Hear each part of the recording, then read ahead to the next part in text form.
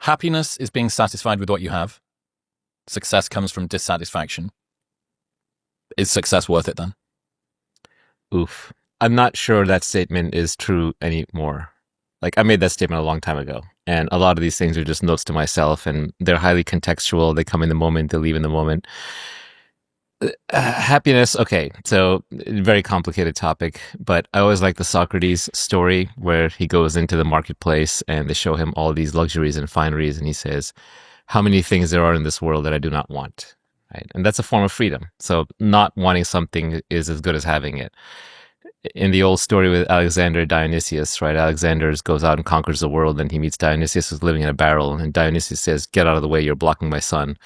And Alexander says, oh, how I wish I, could be like Dionysius in the next life. And Dionysius says, that's the difference. I don't wish that I could, sorry, Diogenes says, I don't wish to be Alexander. So two paths to happiness, and one path is to success. You get what you want, you satisfy your material needs, or like Diogenes, you just don't want it in the first place. And I'm not sure which one is more valid. And it also depends what you define as success. If the end goal is happiness, then why not cut to the chase and just go straight for it? Does being happy make you less successful? That is a conventional wisdom. That may even be the practical earned experience of your reality. You find that when you're happy, you don't want anything, so you don't get up and do anything. On the other hand, you still got to do something. You're an animal. You're here to survive. You're here to replicate. You're driven. You're motivated. You're going to do something. You're not just going to sit there all day. Unlikely. Some people do. Maybe it's in their nature. But I think most people still want to act. They want to live in the arena. I've found for myself, as I've become, happier is a big word, but, more peaceful, more calm, more present, more satisfied with what I have. I still want to do things. I just want to do bigger things. I want to do things that are more pure, more aligned with what I think needs to be done and what I can uniquely do. So in that sense, I think that being happier can actually make you more successful, but your definition of success will likely change along the way. Is that a realization you think you could have gotten to had you have not had some success in the first place? At least for me, I always wanted to take the path of material success first. I was not going to go be an ascetic and sit there and renounce everything. That just seems too unrealistic and too painful. In the story of Buddha, he starts out as a prince. And then he sees that it's all kind of meaningless because you're still going to get old and die. And then he goes into the woods looking for something more. I'll take the happy route that involves material success. Thank you. I think it's quicker. In some ways, one of your insights is it's far easier to achieve our material desires than it is to renounce them. And it depends on the person, but I think you have to try that path. If you want something, go get it. Like I quip that the reason to win the game is to be free of it. So you play the games, you win the games, and then hopefully you get bored of the games. You don't want to just keep looping on the same game over and over, although a lot of these games are very enticing and have many levels and are relatively open-ended. And then you become free of the game in the sense that you're no longer trying to win it. You know you can win it. And either you move to a different game or you play the game for the sheer joy of it. Yeah, another one of yours, most of the gains in life come from suffering in the short term so you can get paid in the long term. I think that's classic. Winning the marshmallow test on a daily basis. But there's an interesting challenge where I think people need to avoid becoming a suffering addict, sort of using suffering as the proxy for progress as opposed to the outcome of the suffering, right? It's like I was in pain not eating the marshmallow. I was in pain doing this work. I have attached well-being and satisfaction to pain, not to what the pain gets me on the other side of it. If you define pain as physical pain, then it's a real thing. It happens and you can't ignore it. But that's not what we mean by suffering. Suffering is mostly mental anguish and mental pain. And it just means you don't want to do the task at hand. If you were fine doing the task at hand, then you wouldn't be suffering. And then the question is, what's more effective, to suffer along the way or just to interpret it in a way that is not suffering? You hear from a lot of successful people, they look back and they say, oh, the journey was the fun part, right? That was actually the entertaining part and I should have enjoyed it more. It's a common regret. There's a little thought exercise I like to do, which is you can go back into your own life and try to put yourself in the exact position you were in 5 years ago, 10 years ago, 15 years ago, 20 years ago. And you try to remember, okay, who was I with? What was I doing? What was I feeling? What were my emotions? What were my objectives? And really, really try to transport yourself back and see if there's any advice you'd give yourself, anything you'd do differently. Now, you don't have new information. Don't pretend you could have gone back and, bought a stock or bought Bitcoin or whatever. But just knowing what you know now in terms of your temperament and a little bit of age-related experience, how would you have done things differently? And I think it's a worthwhile exercise to do. So don't let me rob you of the conclusion. But I'll tell you, for me, I would have done everything the same, except I would have done it with less anger, less emotion, less internal suffering, because that was optional. It wasn't necessary. And I would argue that someone who can do the job at least peacefully, but maybe happily, is going to be more effective than someone who has unnecessary emotional turmoil. Well, you end up with a series of miserable successes, right? The outcome may have been the same, but the entire experience of getting there. And the journey is not only the reward, the journey is the only thing there is. Even success, it's human nature to bank it very, very quickly, right? Because the normal loop that we run through is you sit around, you're bored, then you want something. Then when you want something, you decide you're not going to be happy until you get that thing. Then you start your bout of suffering or anticipation while you strive to get that thing. If you get that thing, then you get used to it. And then you get bored again. Then a few months later, you want something else. And if you don't get it, then you're unhappy for a bit. And then you get over it, and then you want something else, right? That's the normal cycle. So whether you're happy or unhappy at the end, it tends not to last. Now, I don't want to be glib and say that, oh, there's no point in making money or being successful. There absolutely is. Money solves all your money problems. So it is good to have money.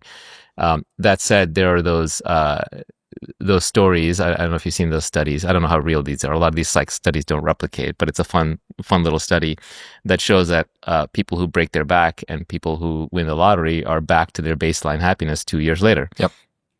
Again, I don't know if that's entirely true. I think money can buy you happiness if you earned it, because then along the way, you have both pride and confidence in yourself, and you have a sense of accomplishment, and you set out to do something and you were right. So I'll bet that lingers. And then, as I said, money solves your money problem. So I don't want to be too glib about it, but I would say in general, this loop that we run through of desire, dopamine, fulfillment, unfulfillment, like you have to enjoy the journey. The journey is all there is, right? 99% of your time is spent on the journey. So what kind of a journey is it if you're not going to enjoy it? How do you shortcut that desire contract? You could focus. You could decide that I don't want most things. I think we have a lot of unnecessary desires that we just pick up everywhere. We have opinions on everything, judgments on everything. So I think just knowing that those are the source of unhappiness will make you be choosy about your desires. And frankly, if you want to be successful, you have to be choosy about your desires. You have to focus. You can't be great at everything. You can't be great at everything. You're just going to waste your energy and waste your time. Is fame a worthwhile goal? It gets you invited to better parties, gets you into better restaurants. Fame. So fame is this funny thing where a lot of people know you, but you don't know them. And it does get you put on a pedestal. It can get you what you want at a distance. So I wouldn't say it's worthless. Obviously, people want it for a reason. It's high status, so it attracts the opposite sex, especially for men, it attracts women. That said, it is high cost. It means you have no privacy. You do have weirdos and lunatics. You do get hit up a lot for weird things. And you're on a stage, so you're forced to perform. So you're forced to be consistent with your past proclamations and actions, and you're going to have haters and all that nonsense. But the fact that we do it, the fact that we all seem to want it, means that it would be disingenuous to say, oh, no, I'm famous, but you don't want to be famous. That said, I think fame, like anything else, is best produced or pursued as a byproduct of something potentially more worthwhile. Wanting to be famous and craving to be famous and being famous for being famous, these are sort of traps. Fame for fame's sake. Yeah, exactly. So it's better that it's earned fame. So, for example, earn respect in the tribe is you do things that are good for the tribe. Who are the most famous people in human history? They're there are people who sort of transcended the self, the Buddhas and the Jesuses and the Muhammads of the world.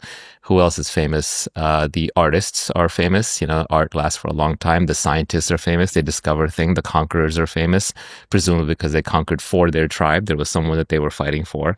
So generally, the higher up you rise by doing things for greater and greater groups of people, even though it may be considered tyrannical or negative, like, Genghis Khan is famous, but to the Mongols, he was doing good. To the rest of them, not so much.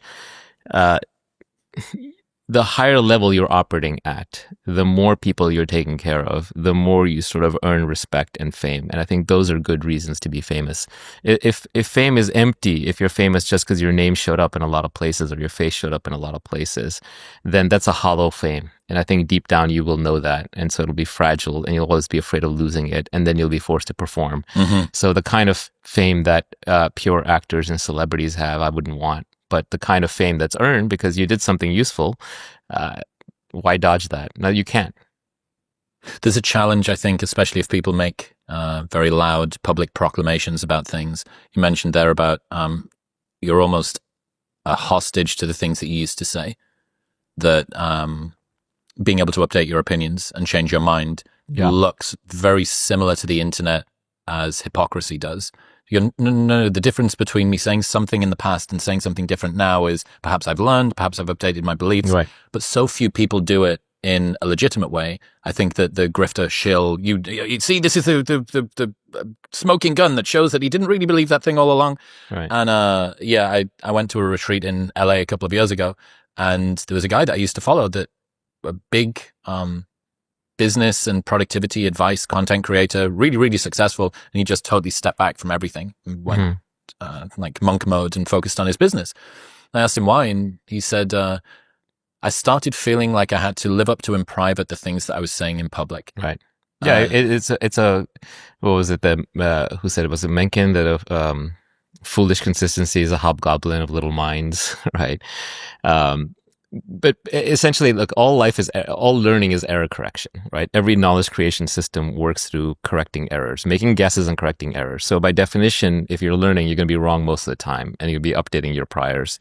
And so, for example, I did this Joe Rogan podcast, I don't know, it's like 8 or 9 years ago.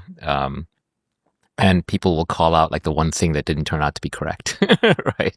And it's just like, and they just beat on it because it helps them in their mind raise their status a little bit. Aha, I caught him in an error. Well, I think if you catch someone in a blatant lie where they believe one thing and they say another, that's legit. That's a character flaw. They shouldn't be lying. But on the other hand, if they just made a guess at something and they got it wrong, and by the way, mostly it's about the AI AGI thing, and I think I'm still right about that, but it's a different story. Mm-hmm, mm-hmm. People who think we have achieved AGI just fail a Turing test from their side. But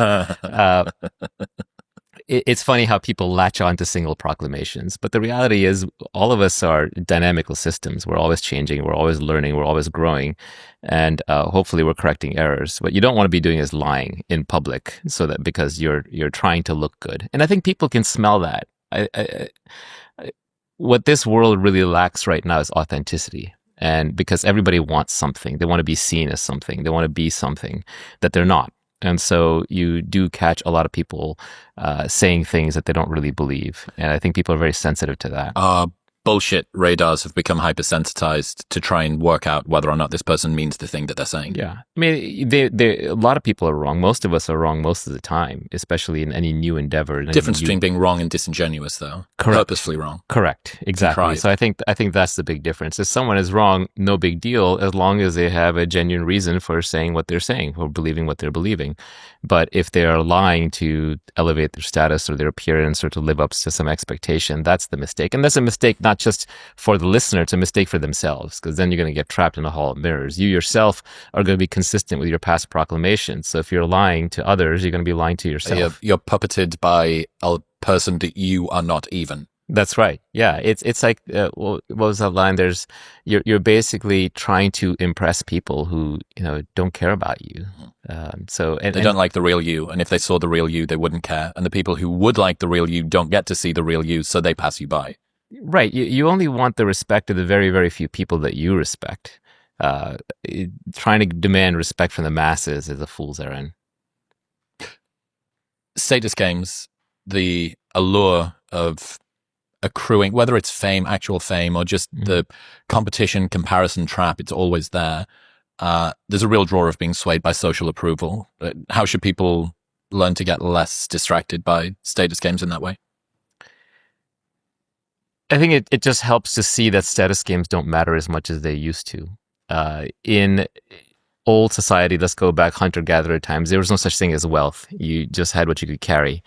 There was no stored wealth. So wealth games didn't really exist to wealth creation games. All that existed was status games. If you were high status, then you got what little was available first. But even back then, you had to earn your status by taking care of the tribe. Now we have wealth creation where you can actually create a product or a service. You can scale that product or service and you can provide abundance for a lot of people.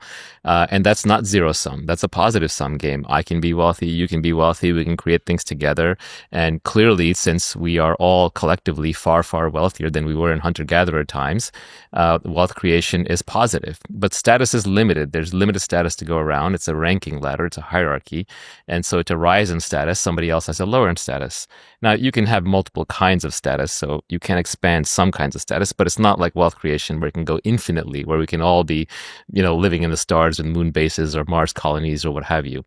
So just realize the status games are inherently limited. They're always combative. They always require direct combat, whereas wealth creation games can be just you're creating products. You don't have to fight anybody else. Yes, in the marketplace, your product has to succeed, but that's not quite the same as invective against other people or being angry with other people or feeling pushed down or pushed up or having a beef with somebody. So I would argue that wealth creation games are both more pleasant.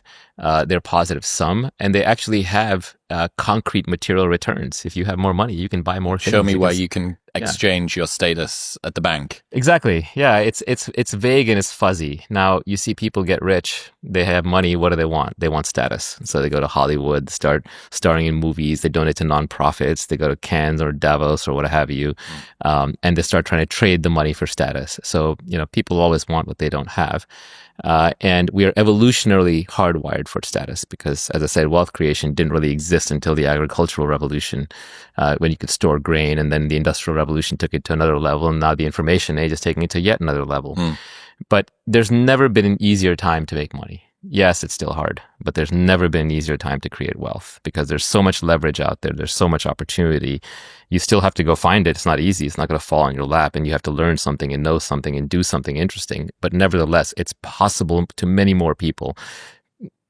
A few hundred years ago, you were born a serf, you were going to die a serf. There was almost no way out of that. That's changed. And so I would argue that you're better off focusing on wealth games and status games. If you're trying to build up, for example, your following on a social network and get famous and then get rich off of being famous, that's a much harder path than getting rich first. And then go for your fame afterwards would be my advice. Well, a lot of people do that, as you said. It's funny how people who have achieved such a level of wealth, you don't think, why do you need the status? Given that most people use status to then try and cash in to achieve wealth. If you've achieved fuck you money already, if you're post money or asset heavy, as it's known, why are you trying to go in the other direction? Well, as you said, because we've got an illustrious history biologically of wanting status, and wealth is kind of novel. It's new. Wealth is something that you have to understand more intellectually. Yeah, there's a physical component, more food, more survival. But to truly understand the effects and the powers and the abilities and limitations and the advantages and disadvantages of wealth, you have to use your neocortex a lot more. Does that mean it's not limbic? The reason to play the game is to win the game and be done with it is harder to win and be done with for status than it is for wealth? That's a good observation. I hadn't thought that through, but you're right. Yeah, I think that's right. I think people will always want more status, but I think you can be satisfied at a certain level of wealth. Well, you always have this sort of sense. And this is what leaderboards are, right? This is the iTunes Billboard chart. That's right. And it is zero sum. Right. And it is, I guess, the Forbes richest people on the planet. Yeah, that one's harder to climb the ladder on. But the fact that, for example, iTunes and YouTube can put you in competition against your contemporaries every single day and make you go up and down and show you likes and comments and ratings. This is how much you fell. This is how much you're up. Yeah. Exactly. They'll keep you running on that treadmill forever. Jimmy Carr has this cool idea where he says trajectory is more important than position. So if you are number 101 in the world, but last year you were number 200, versus you're number 2 in the world, but last year you were number 1, there is this sense of the deceleration is very, very tangible.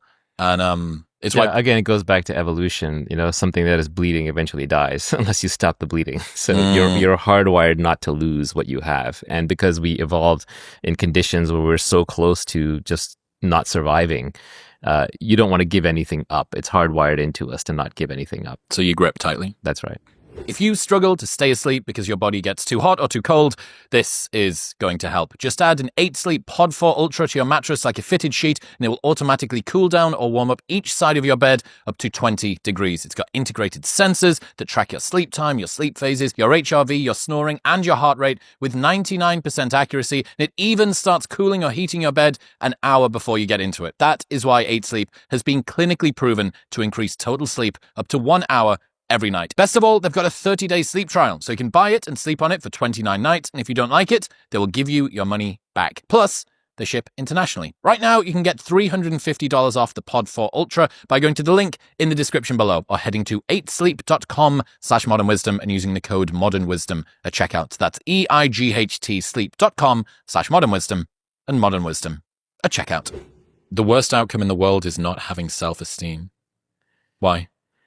Yeah, it's a tough one. Well, I look at the people, and I don't want to offend anybody, but I look at the people who don't like themselves, and that's the toughest slot because they're always wrestling with themselves, and it's hard enough to face the outside world, and no one's going to like you more than you like yourself. So if you're struggling with yourself, then the outside world becomes an insurmountable challenge.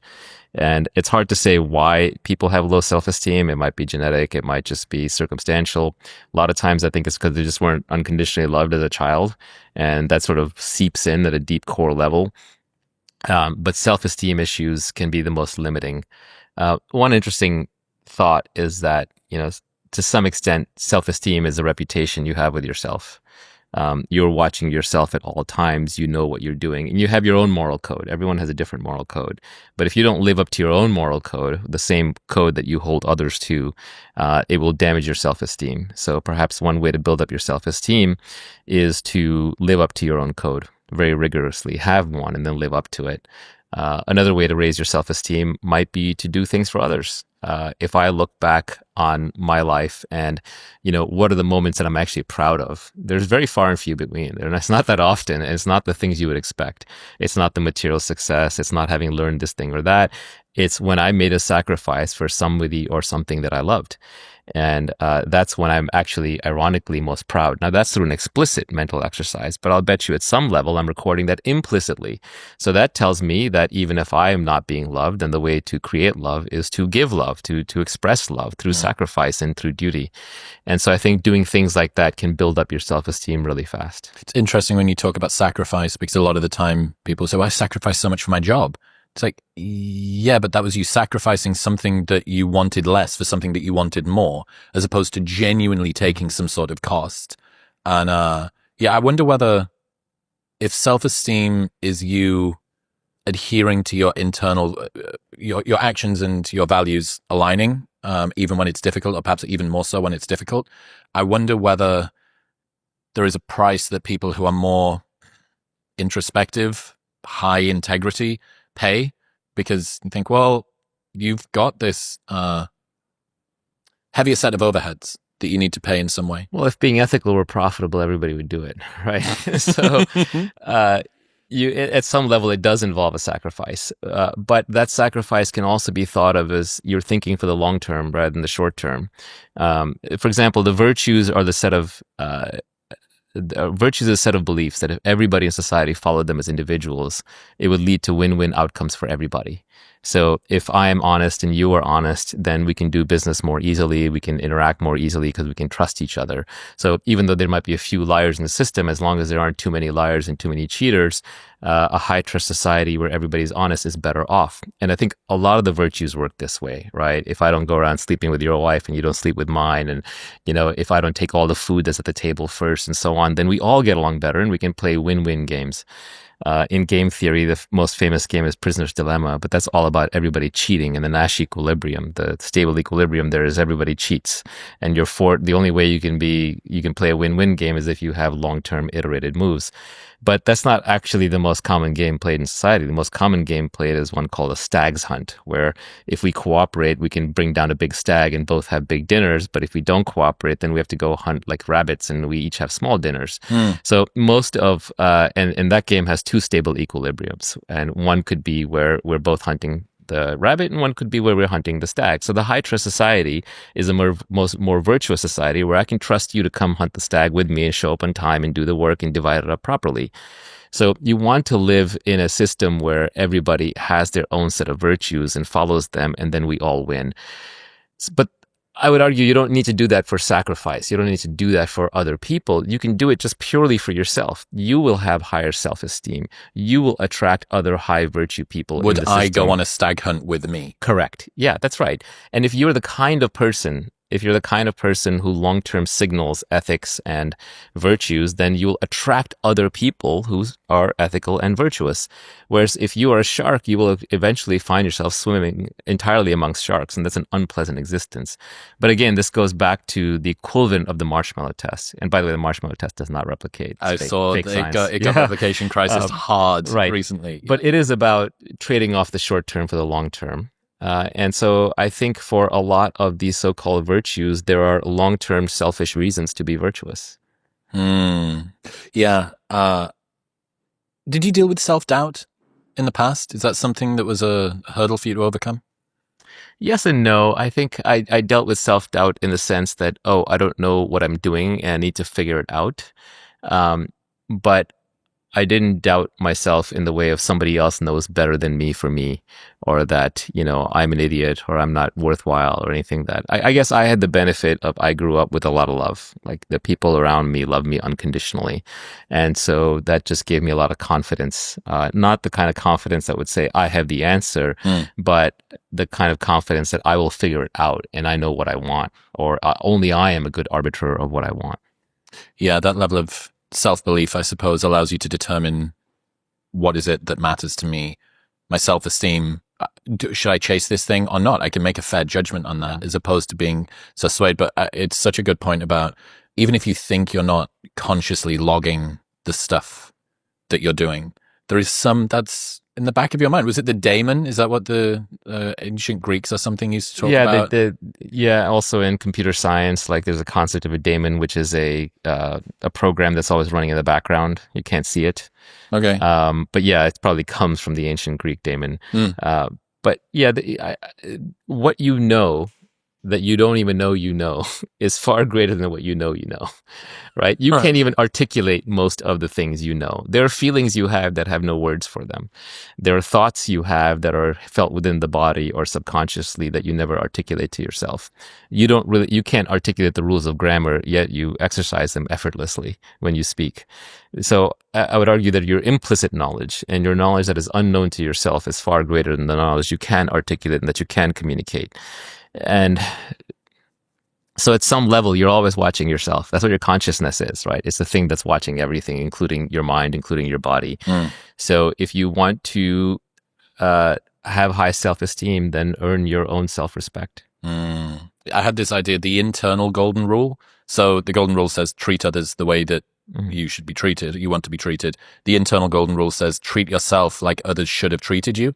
And it was a riposte to maybe people that didn't grow up with unconditional love in that way. On the love thing, one of the interesting things about love is you can try to remember the feeling of being loved. So go back to when someone was in love with you or someone did love you, and like really remember that feeling, like really sit with it and try to recreate it within yourself. And then go to the feeling of you loving someone and when you were in love. And I'm not even talking about romantic love necessarily, so be a little careful there. I'm talking more about like love for... It can sometimes get complex if you're talking about past romantic love. Right, a sibling or a child or something like that, or a parent. And think about when you felt love towards someone or something. And now, which is better? And I would argue that the feeling of being in love is actually more exhilarating than the feeling of being loved. Being loved is a little cloying. It's a little too sweet. You kind of want to push the person away. It's a little embarrassing. And you know that if that person is too much into it, that you feel constrained. On the other hand, the feeling of being in love is very expansive. It's very open. It actually makes you a better version of yourself. It makes you want to be a better person. And so you can create love anytime you want. It's just that craving to receive it. That's the problem. The most expensive trait is pride. How come? Oh, that was a recent one. I tweeted that just because I think that pride is the enemy of learning. So when I look at my friends and colleagues, the ones who are still stuck in the past and have grown the least are the ones who were the proudest, because they sort of feel like they already had the answers, and so they don't want to correct themselves publicly. And so this goes back to the fame conversation. You get locked into something you said, it made you famous, you're known for that, and now you want to pivot or change. So pride prevents you from saying, I'm wrong. What's pride in this context here? It could be as simple as you're trading stocks and then you don't admit you were wrong, so you hang on to a lousy trade. It could be that you made a decision to marry someone or move somewhere or enter a profession. It doesn't work out, and then you don't admit that you were wrong, so you get stuck in it. It's mostly about getting trapped in local maxima as opposed to going back down and climbing up the mountain again. Mm-hmm. And that's why it's an expensive trait, because you continue to need to repay it in one form or another. Yeah, you're just stuck at a suboptimal point. It's going to cost you money. It's going to cost you success. And time. The great artists always have this ability to start over, whether it's Paul Simon or Madonna or U2, and I'm dating myself a little bit. But even the great entrepreneurs, they're just always willing to start over. I'm always struck by the Elon Musk story where, he did PayPal as X.com originally. Actually, it was his financial institution that got merged into PayPal. Well, it's good that you've got the domain. You know what I mean? Yeah, exactly. I'll park that. I'll hold on to it. He's consistent. He's been using it for quite a while. And he said something like along the lines of, I made $200 million from the sale of PayPal. I put $100 million into SpaceX, $80 million into Tesla, $20 into Solar City, and I had to borrow money for rent.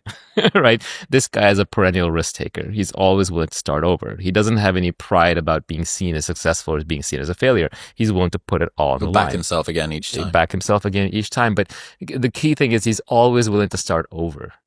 Right. Even now, when he's sort of made his new startup is a USA, right? He's basically trying to fix it like he would fix one of his startups. And I think that is a willingness to look like a fool, and that is a willingness to start over. And a lot of people just don't have that. They become successful, or they become rich, or they become famous, and that's it. They're stuck. They don't want to go back to zero. And creating anything great requires 0 to 1. And that means you go back to zero. And that's really painful and hard to do. Talking about risk, something I've been thinking about a lot to do with you. Any moment when you're not having a good time, when you're not really happy, you're not doing anyone any favors. I think lots of people have become unusually familiar with suffering silently in that sort of a way, not having a high bar for your expectation for quality of life. A lot of it is just you're memeing yourself into a bad outcome because you think that somehow suffering is glorious, or that it makes you a better person. Or, my old quip was, if you're so smart, why aren't you happy? Why can't you figure that one out? The reality is you can be smart and happy. There are plenty of people in human history who are smart and happy. And I think it just starts with saying, yeah, you know what? I'm going to be happy. There was a guy that I met in Thailand a long time ago, and he used to work for Tony Robbins. He had a great attitude. And we were sitting around, and he said, I realized one day that someone out there had to be the happiest person in the world. Like that person just has to exist. He said, why not me? I'll take on that burden. I'll be that guy. And I heard that and I was like, wow, that's pretty good. That's a good frame, right? Mm-hmm. He knew how to reframe things. And so I think a lot of happiness is just a choice, in the sense that you just identify yourself as, actually, I'm going to be a person that's going to be happy. I'm going to figure it out. And you just figure it out along the way. You're not going to lose your other predilections. You're not going to lose your ambition or your desire for success. I think a lot of people have this fear that, if I'm happy, then I won't want to be successful. No, you'll just want to do things that are more aligned with the happy version of you, and you'll be successful at those things. And believe me, the happy version of you is not going to look back at the unhappy version and say, oh man, that guy was going to be more successful. I wish that I was him. You're actually trying to be successful so you'll be happy. That's the whole point. You've gotten it backwards. You unlocked one of my trap cards. one of my favorite insights is that we sacrifice the thing we want for the thing that's supposed to get it. So we sacrifice happiness in order to be successful, so that when we're finally sufficiently successful, we can actually be happy. And if you have some sort of simultaneous equation, and you just sort of stripped success off from both sides. Yeah, at least in my own life, I have not found there to be a trade-off. If anything, I have found that the happier I get, the more I am going to do the things that I'm good at and aligned with, and that will make me even happier. And so I actually end up more successful, not less. The aligned with thing is interesting. I'm going to try and put this across as delicately as I can. I would say, from the bit of time that we've spent together, you have a really interesting trait of holistic selfishness. You're sort of prepared to put yourself first. You seem largely unfazed by saying or doing things that might result in other people feeling a little bit awkward if it's truthful for you. It's like unapologetically self-prioritizing, I guess. Yeah, I think everybody is. Maybe unapologetic is the part that's relatively rare, but I think everybody puts themselves first. That's just human nature. You're here because you survive. You're a separate organism. That's interesting. Maybe, but I know we like to virtue signal and pretend we're doing it for each other. How many times does somebody say, "Yeah, of course, I'd love to come to the wedding"? And they're like, "I don't want to be at the fucking wedding." Yeah. How many times does someone say, "How are you doing today?" And they don't tell you. I don't go to weddings. But this is my point. Right. So I don't think you're necessarily right with that. I think that people do. I don't think they put themselves first. I sometimes think that they compromise what it is that they want in order to appease socially what's in front of them. Yeah, I just view it as everyone's wasting their time on it. Don't do something you don't want to do. Why are you wasting your time? There's so little time on this earth. Life goes fast. What is it, 4,000 weeks? That's your lifespan. And yes, we hear that, but we don't remember it. But I guess I'm keenly aware of how little time I have, so I'm just not going to waste it. How have you got more comfortable at being the unapologetic self-prioritizer? Yeah, I've gotten utterly more and more ruthless on it. Mainly, it's that I see or hear people's freedom, and then that liberates me further. So I read a blog post by P. Marca, aka Mark Andreessen, where he said, "Don't keep a schedule," and I took that to heart. So I deleted my calendar, and I don't keep a schedule. I try to remember it all in my head. If I can't remember it, I'm not going to add it. I'm glad to you my got here schedule. on time. Yeah, exactly. I had to look things up at the last minute. But ironically, I don't even know if Mark himself follows that, but he made the correct point. I read a little story about Jack Dorsey doing all his business off his iPhone and iPad and not even going into a Mac. And I said, okay, I want to do that. So I'm going to operate through text messaging and I put up my nasty email. Does that feel like more freedom? It does, yeah, because you're on the go. So I have a nasty email autoresponder that says I don't check email and don't text me either, right? If you need to find me, you'll find me. Obviously, some of this is a luxury of success, but some of these habits I adopted long before, actually. The hostile email autoresponder started a long time ago. I used to own the domain. I let it go. Don't do coffee.com. I don't do coffee.com. I used to reply from that email just so people would get the point. But I stopped being rude about it. Now I just ghost. I just disappear. My wife knows not to ever book or schedule me for anything. I'm not expected to go to couples dinners. I'm not expected to go to birthdays. I'm not expected to go to weddings. If somebody tries to rope her into having me show up, she says he makes his own decisions. You got to ask him directly. What about and vice versa? Are you not killing serendipity in a way there? No, I'm freeing up all my time, so my entire life is serendipity. I get to interact with whoever I want, whenever I want, wherever I want. So you'll hear the invite, but make the decision? Because if there's fewer things incoming, you're assuming that you know what's best for you all the time. I don't commit to anything in the future. So I'll say, okay, if that thing is interesting, I'll see if I can get in that day when I'm in the mood. But there's nothing worse than something coming up that your past self committed you to, that your present self doesn't want to do. God damn it, past Naval. And then it destroys your entire calendar. It destroys your day because there's like, this 1 hour slot, which is sitting like a turd on my calendar that I have to like schedule my whole day around. I can't do anything at 20 minutes before, the 20 minutes afterwards. Yeah. Even for phone calls, if someone wants to do a phone call, say, okay, just text me when you're free. I'll text you when I'm free and we'll just do it on the fly. It's a much better way of living than this overly scheduled, cal.com or iCal, whatever. What was that? The overscheduled life is not worth living. It's not. I think it's a terrible way to live life. That's not how we evolved. It's not how we grew up. It's not how we were as children, hopefully, unless you have a helicopter parent or a tiger mom. Your natural order is freedom. I had a friend who said to me once, I never want to have to be at a specific place at a specific time. And I was like, oh my God, that's freedom. When I heard that, that changed my life right there. You still alarm clockless? Yes, I'm alarm clockless. Today I did set my alarm clock just so I wouldn't miss Very this. important. Yeah, if you but just so you know, I set the alarm clock from 11 a.m. in case I was stricken with a flu and slept in. I wasn't going to set my alarm clock for 8 a.m. or 9 a.m. And sure enough, I got up many hours before that. Yeah. But it was sort of a backup emergency alarm. In fact, sometimes when I have something that I need to do, I don't want to look at a calendar, so I'll just set an alarm for it.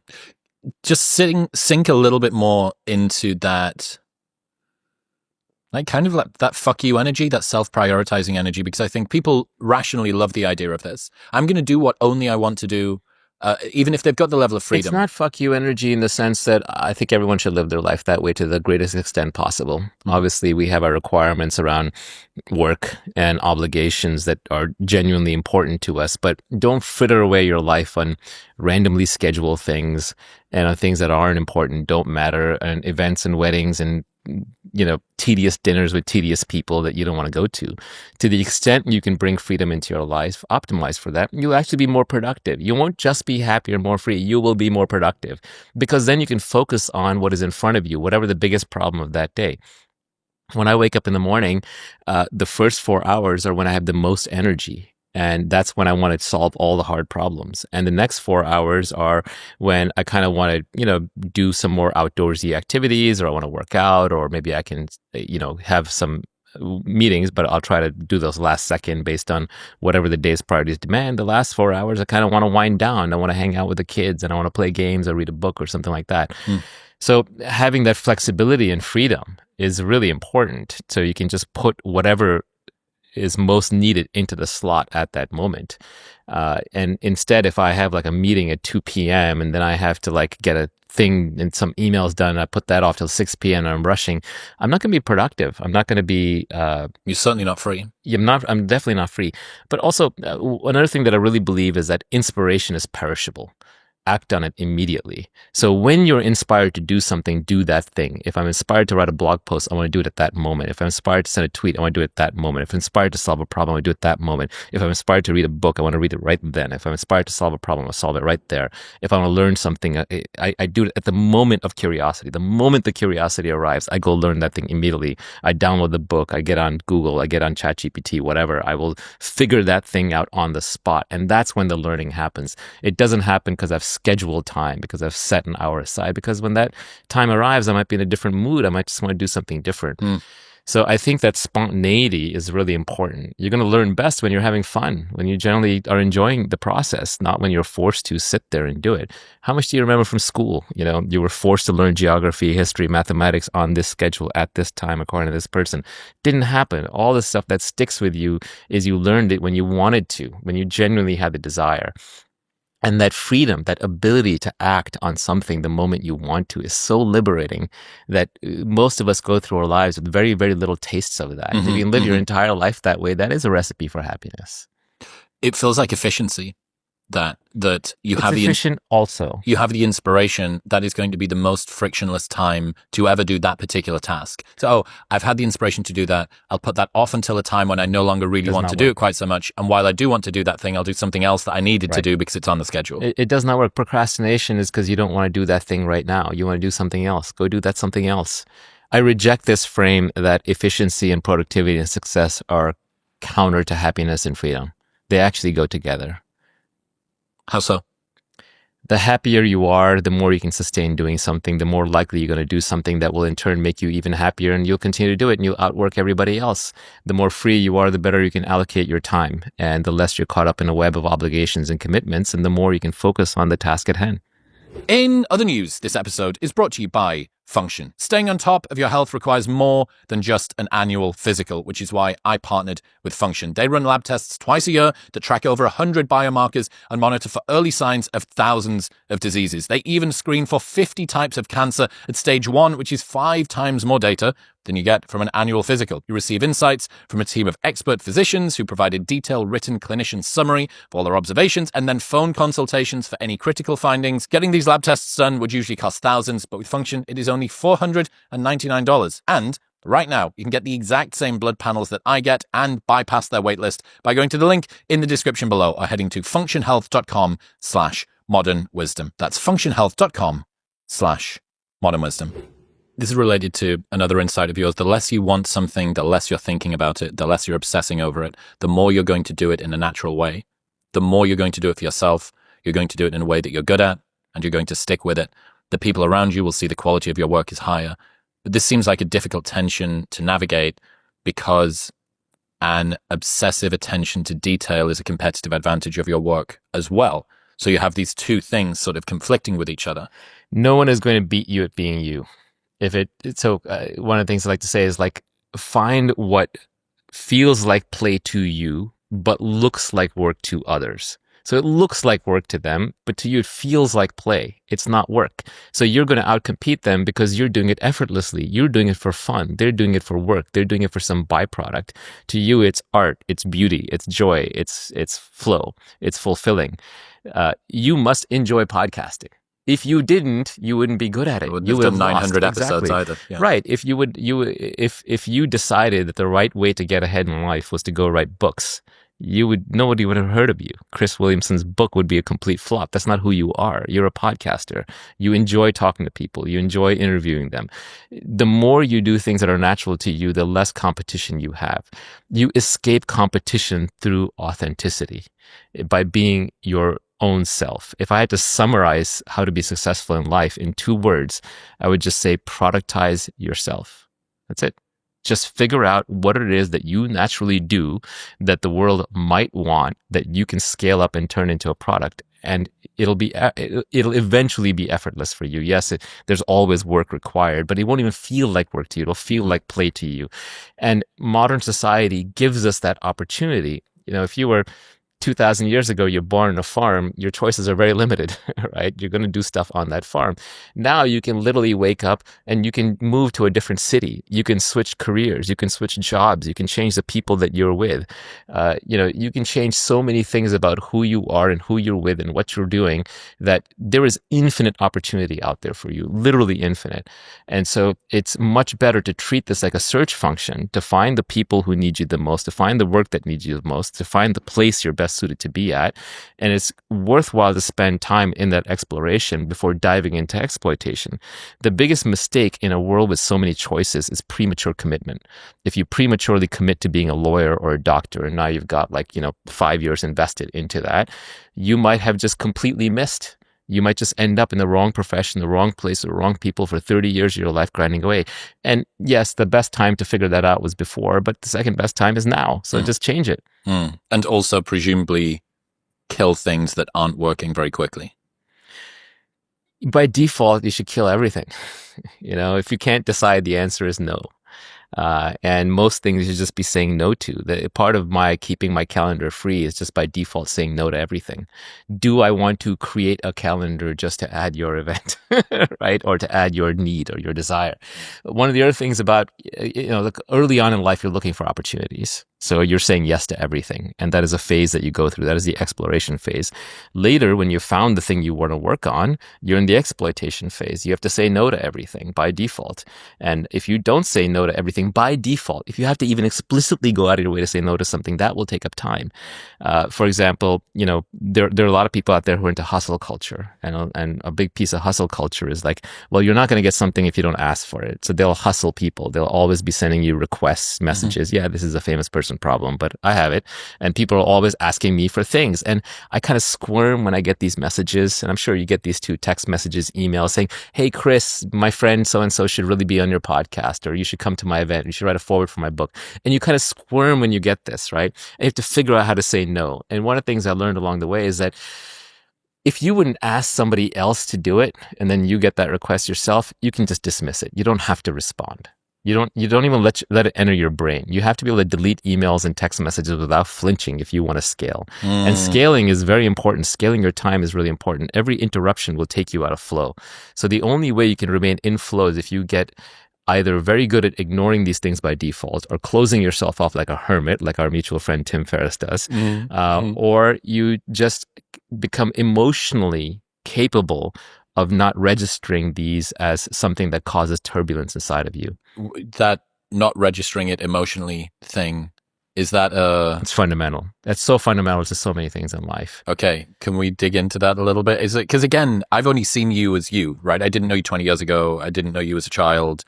So I've only seen you with this holistic selfishness, the integrated self-prioritization, whatever I don't know what we called it. Selfish is fine. I'll take selfish. I'm holistic. Selfish. I'm a very selfish person. Don't contact me. That emotional reaction. I also get the sense too that maybe people have lived obligation life for so long that they actually kind of struggle to tap into what it is that they want. They've hidden their wants and their desires and their needs, and they've deprioritized themselves so much for so long. They go, what do I want, actually? What is it? Do I want to go to this thing or not? Because all I've done is be fucking puppeted, right? I've been marionetted by other people's desires for so long. I can't even tap into that anymore. And saying no feels like a war crime. So I think it's really good to be able to view your own mind and your own thoughts objectively. And that is the big benefit of meditation. It creates a small gap between your conscious observation self and your mind. And that lets you then look at your thoughts and evaluate them a little bit like you would a third party's statements. And if you just take your mind to be you and they're integrated in one and the same at all times and you're reacting from the mind, then you're not even going to question things that come into your mind. Anything that comes in that creates a reaction will immediately create a reaction. But if you can observe your thoughts a little bit, and not in some woo-woo way, but you can even just do it through therapy, you can do it through journaling, you can do it any way you like. You can just take long walks. You don't have to meditate and do lotus position. All that is unnecessary. But if you can observe your own thoughts and view them a little objectively, then you can start being a little more choosy, a little more critical, and you can realize that there are no problems in the real world other than maybe things that inflict pain on your body. Everything else has to become a problem in your mind first. You have to view it and interpret it and create a narrative that it is a problem before it becomes a problem. And then you realize that a lot of your emotional energy is spent on reacting to things that your mind is automatically saying are problems. And you don't need all those problems. Do you really need that many problems in your life? Again, I would say try to focus on just one overarching problem and then go solve that problem. It's like if you want to be successful, define success very concretely, focus on that, and everything else, when it enters your mind, it becomes a problem, whether it's a judgment about the girl walking down the street or the car that just cut in front of you, or whether it's like, your accountant did this stupid thing. Like, yes, it's going to trigger you, but observe for a moment that like it's triggering me. I've created a problem. Do I really want to have this problem right now? Do I want to spend the energy on this problem, or do I want that going somewhere else? And it doesn't have to be that overt. You don't have to. The mind mud wrestling with itself is also a problem, because it loves to do that. My problems have got problems, and I have a real problem about fixing my problems. Yeah, exactly. And so you're going to be much happier and much more focused. Again, I think happiness and focus and success can kind of complement each other. You're going to have much more energy. Just think about it as mental energy. You're going to have much more mental energy to focus on the actual problems you want to solve if you don't start unconsciously, subconsciously, reactively picking up problems everywhere. So before anything can be a problem that takes up your emotional energy, you have to accept it as a problem. You can be choosy about your problems. And I'm not saying I'm perfect in that regard, but I think I'm better than I used to be. Well, lots of people are addicted to solving problems, right? So much so that sometimes people create problems when we don't have any, simply so that we can solve them. We have that going on, and then even worse is we take on problems that we can't affect. So, another one of my little quips was, a rational person can a rational person should cultivate indifference to things that are out of their control. Right? Or a rational person can find peace by cultivating indifference to things that are out of their control. And I'm as guilty as anybody of doom surfing on X or social media and getting worked up about things that I can't do anything about. Right? Like, do I want to be fighting those battles in my mind when I literally cannot do anything about it? So if you find yourself looping on a problem, like you're watching the news too much and you're getting caught up in a problem you can't do anything about, you have to step away from that. And modern media is a delivery mechanism for mimetic viruses. And what's happened now is, 100 years ago, 500 years ago, If something wasn't happening in your immediate vicinity, you wouldn't hear about it. It wouldn't be a problem for you.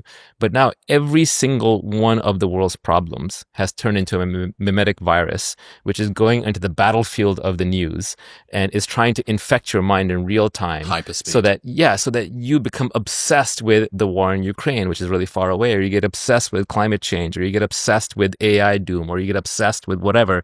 And there's nothing as riveting as the old religion, the world is ending. The world is ending. Pay attention. The world is ending. And if you it's don't... a Cassandra complex at global scale. Cassandra complex at global scale. And I would argue that large percentages of the population are essentially just infected with these mimetic viruses that have taken over their brain and are causing them to do incredible gyration about things that probably aren't even true or are greatly exaggerated. But even to the extent they are true, they're things that person can do nothing about. And they should put their own house in order first. So, another little line I have for myself is, your family is broken, but you're going to fix the world. Right? People are running out there to try and fix the world when their own lives are a mess. Oh my God. Right? And I think it defies credibility if you can't fix your own life first. I'm not going to take you seriously if you can't fix your own life. Like all these philosophers who, seem like people you emulate and so smart, or like these brilliant celebrities, and they go off and commit suicide. Well, you just kind of invalidated your whole way of life. Mm-hmm. It's like that line in No Country for Old Men where the killer is waiting for the protagonist, and protagonist shows up and the killer says, well, if your set of rules brought you here, then what good are your rules? Didn't work. I'm holistically selfish in that I want to be objectively successful in everything I set out to want. Mm-hmm.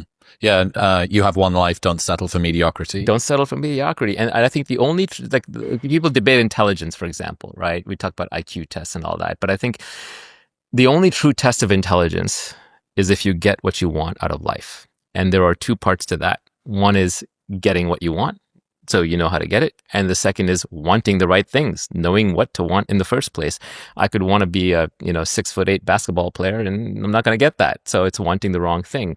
So that's wanting something that you can't get. That's wanting something you can't get. There's also wanting something that you don't want. Yeah, wanting something that's a booby prize. There are plenty of booby prizes out there too, right? I haven't heard that word in about 20 years. Yeah, prizes that are just not worth having, or that create their own problems. Well, if you're not careful, you can end up in a place in life not only that you don't want to be, but one that you didn't even mean to get to.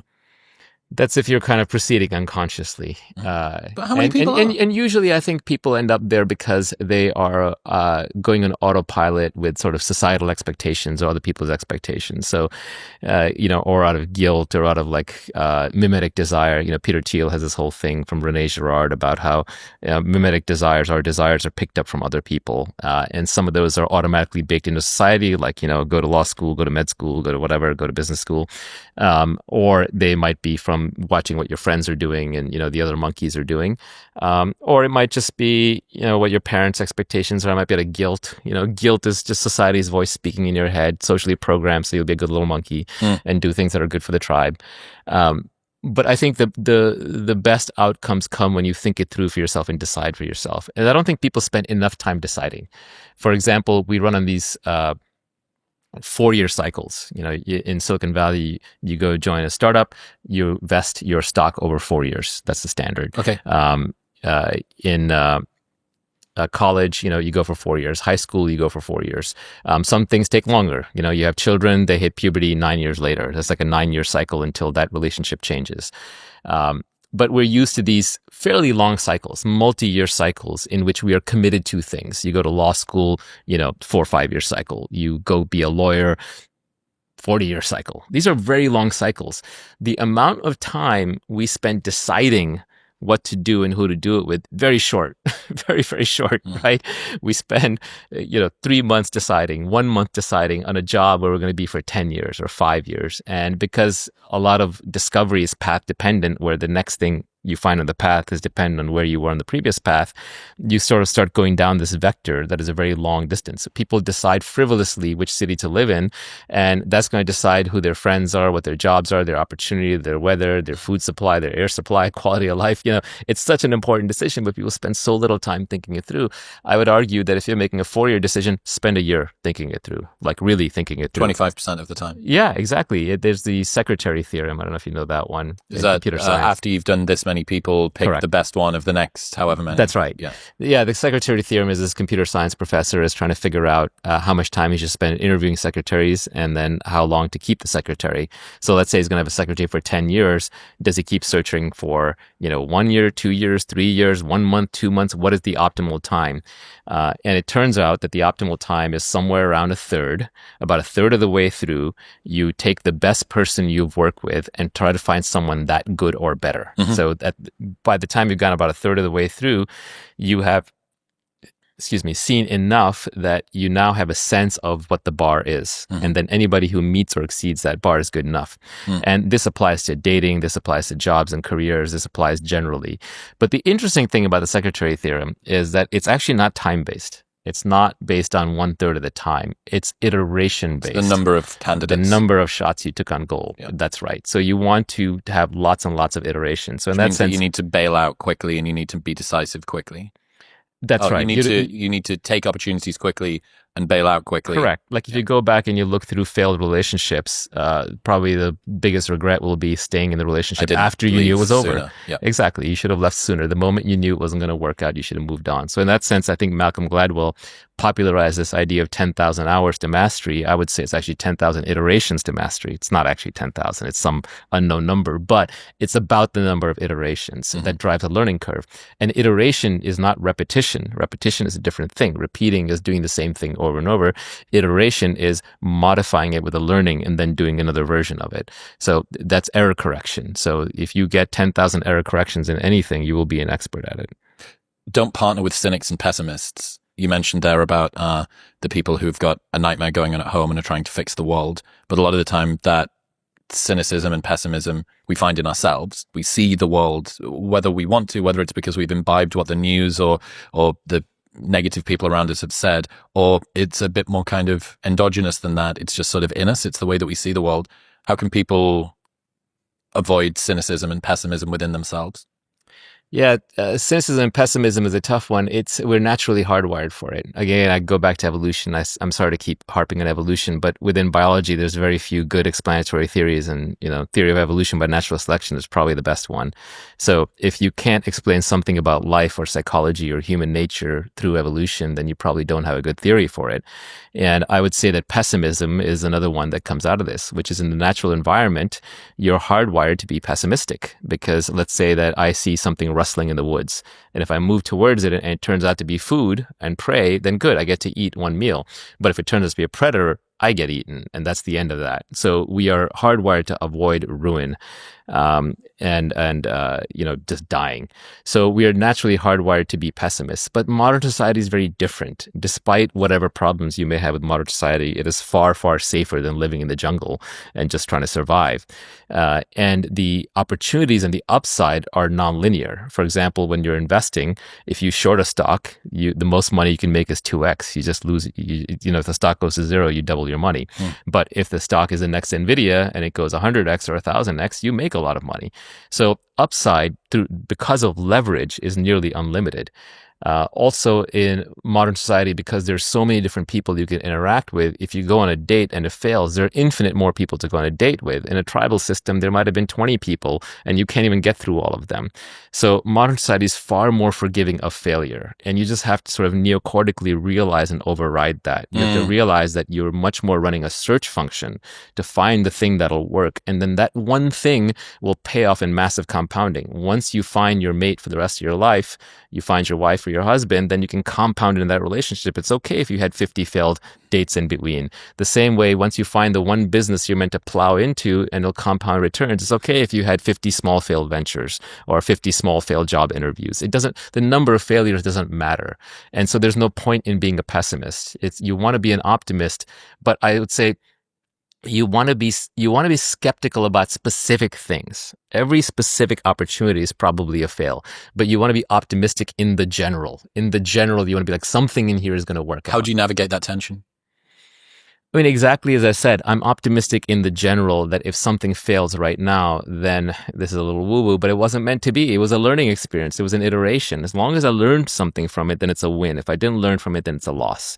But as long as you're learning and you keep iterating fast and cutting your losses quickly, then when you find the right thing, you have to be optimistic and compound into it. So you don't want to jump into the first thing. You don't want to marry the first person you date necessarily, unless you got very lucky. But you want to investigate and explore very, very quickly until you find the match. And then you have to be willing to go all in. You have to be willing to move your chips to the center of the table. So both those approaches are required. So it's a barbell strategy. It's sort of black or it's white, and most people are sort of stuck in this gray bit. And I'm like half in, but I kind of don't really know if I am. And I also think like labels like pessimist, optimist, cynic, introvert, extrovert, these are very self-limiting. Humans are very dynamic.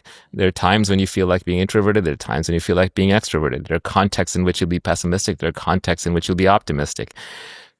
Leave all those labels alone. It's better just to look at the problem at hand, look at reality the way it is. Try to take yourself out of the equation in a sense. Like obviously you're involved, but motivated reasoning is the worst kind of reasoning. You're not going to find truth through highly motivated reasoning. You have to be objective, and objective means trying to take yourself out of it as much as possible, or at least your personality out of it as much as possible. And so to the extent you run with this thick identity and personality, it's going to cloud your judgment. It's going to try and lock you into the past. If you say, I'm a depressed and unhappy person, I'm going to be unhappy, that's a way of locking yourself into your past. Even saying, I have trauma, I have PTSD, you feel something. There are memories, there are flashes, there are occasional bad feelings. But don't define yourself by it, because then you'll lock it into your identity and you're just going to loop on it. It's better to stay flexible because reality is always changing and you have to be able to adapt to it. Adaptation is also intelligence. Adaptation is survival. Adaptation is kind of how you're here. You're here because you're an adapter and your ancestors were adapters. So to adapt, you'll be able to see things clearly. And if you're seeing them through your own identity, it's going to cloud your judgment. A quick aside, you've probably heard me talk about Element before. In fact, you might be thinking, for f***'s sake, Chris, will you shut up about Element? And the answer is, no, I won't, because when I take it, I genuinely feel the difference. I genuinely believe that proper hydration makes a massive difference to your performance. So I'm going to keep talking about it until you start drinking it. Element is a tasty electrolyte drink mix with everything that you need and nothing that you don't. Each grab-and-go stick pack contains a science-backed electrolyte ratio of sodium, potassium, and magnesium with no sugar, no coloring, no artificial ingredients, or any other junk. It plays a critical role in reducing muscle cramps and fatigue while optimizing brain health, regulating appetite, and curbing cravings. This orange flavor in a cold glass of water is how I've started my morning every single day for over 3 years now. And I genuinely feel the difference versus when I don't. Best of all, they have a no questions asked refund policy with an unlimited duration, so you can buy it and try it for as long as you want. And if you don't like it for any reason, they'll just give you your money back. You don't even need to return the box. That's how confident they are that you'll love it. Plus, they offer free shipping within the US. And right now, you can get a free sample pack of all 8 flavors with your first box by going to the link in the description below or heading to drinklmnt.com/modernwisdom. That's drinklmnt.com/modernwisdom.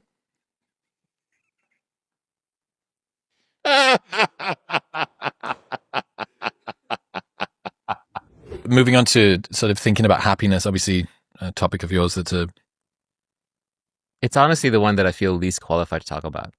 Is it like a guy that's got long arms teaching you how to bench press, or a dude that's really tall teaching you how to deadlift, someone that feels like they came from behind the 8 ball? You're asking a crazy person about their thoughts, so just thought it through. Is happiness still more about peace than it is about joy?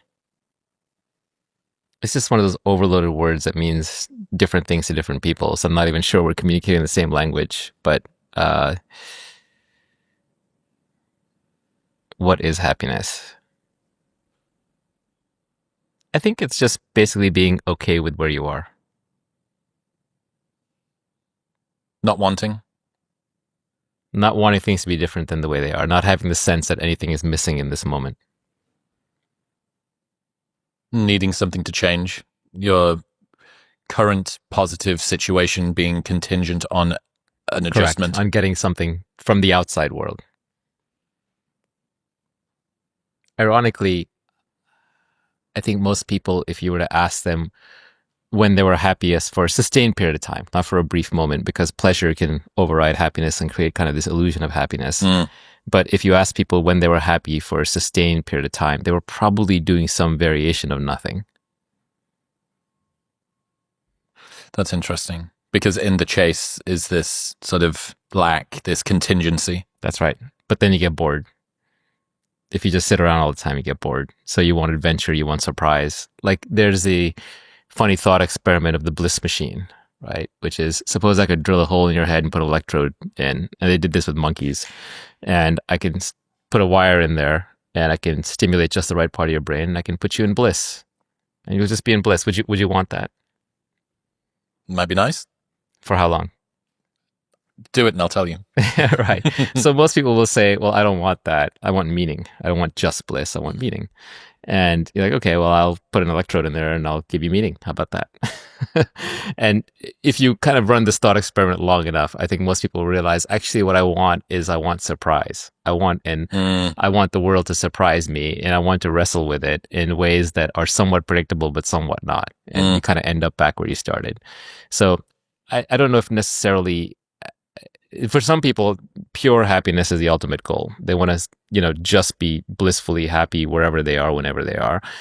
But I think other people, most people would say, well, I'm here in this world. I'm here in this life. I don't understand it or why, but I want to be engaged. I want to be surprised. I want to do things. I want to accomplish things. I want things and then get them, right? That's kind of the whole game that we're all playing here. Surprises are really interesting. The sort of unpredictability, I think, total bro science here, but I'm pretty sure that that's kind of how dopamine works, that things are a bit better than you expected.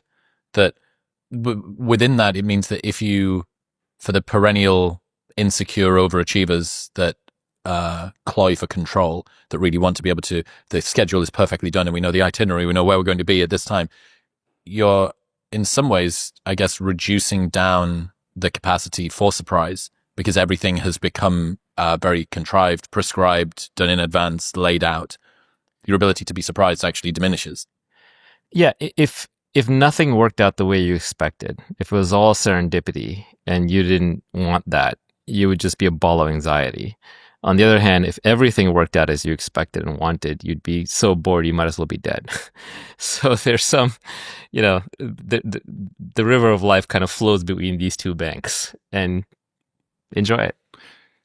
You say thinking about yourself is the source of all unhappiness, but presumably you need to work on yourself and your weaknesses as well. So some degree of reflection is important.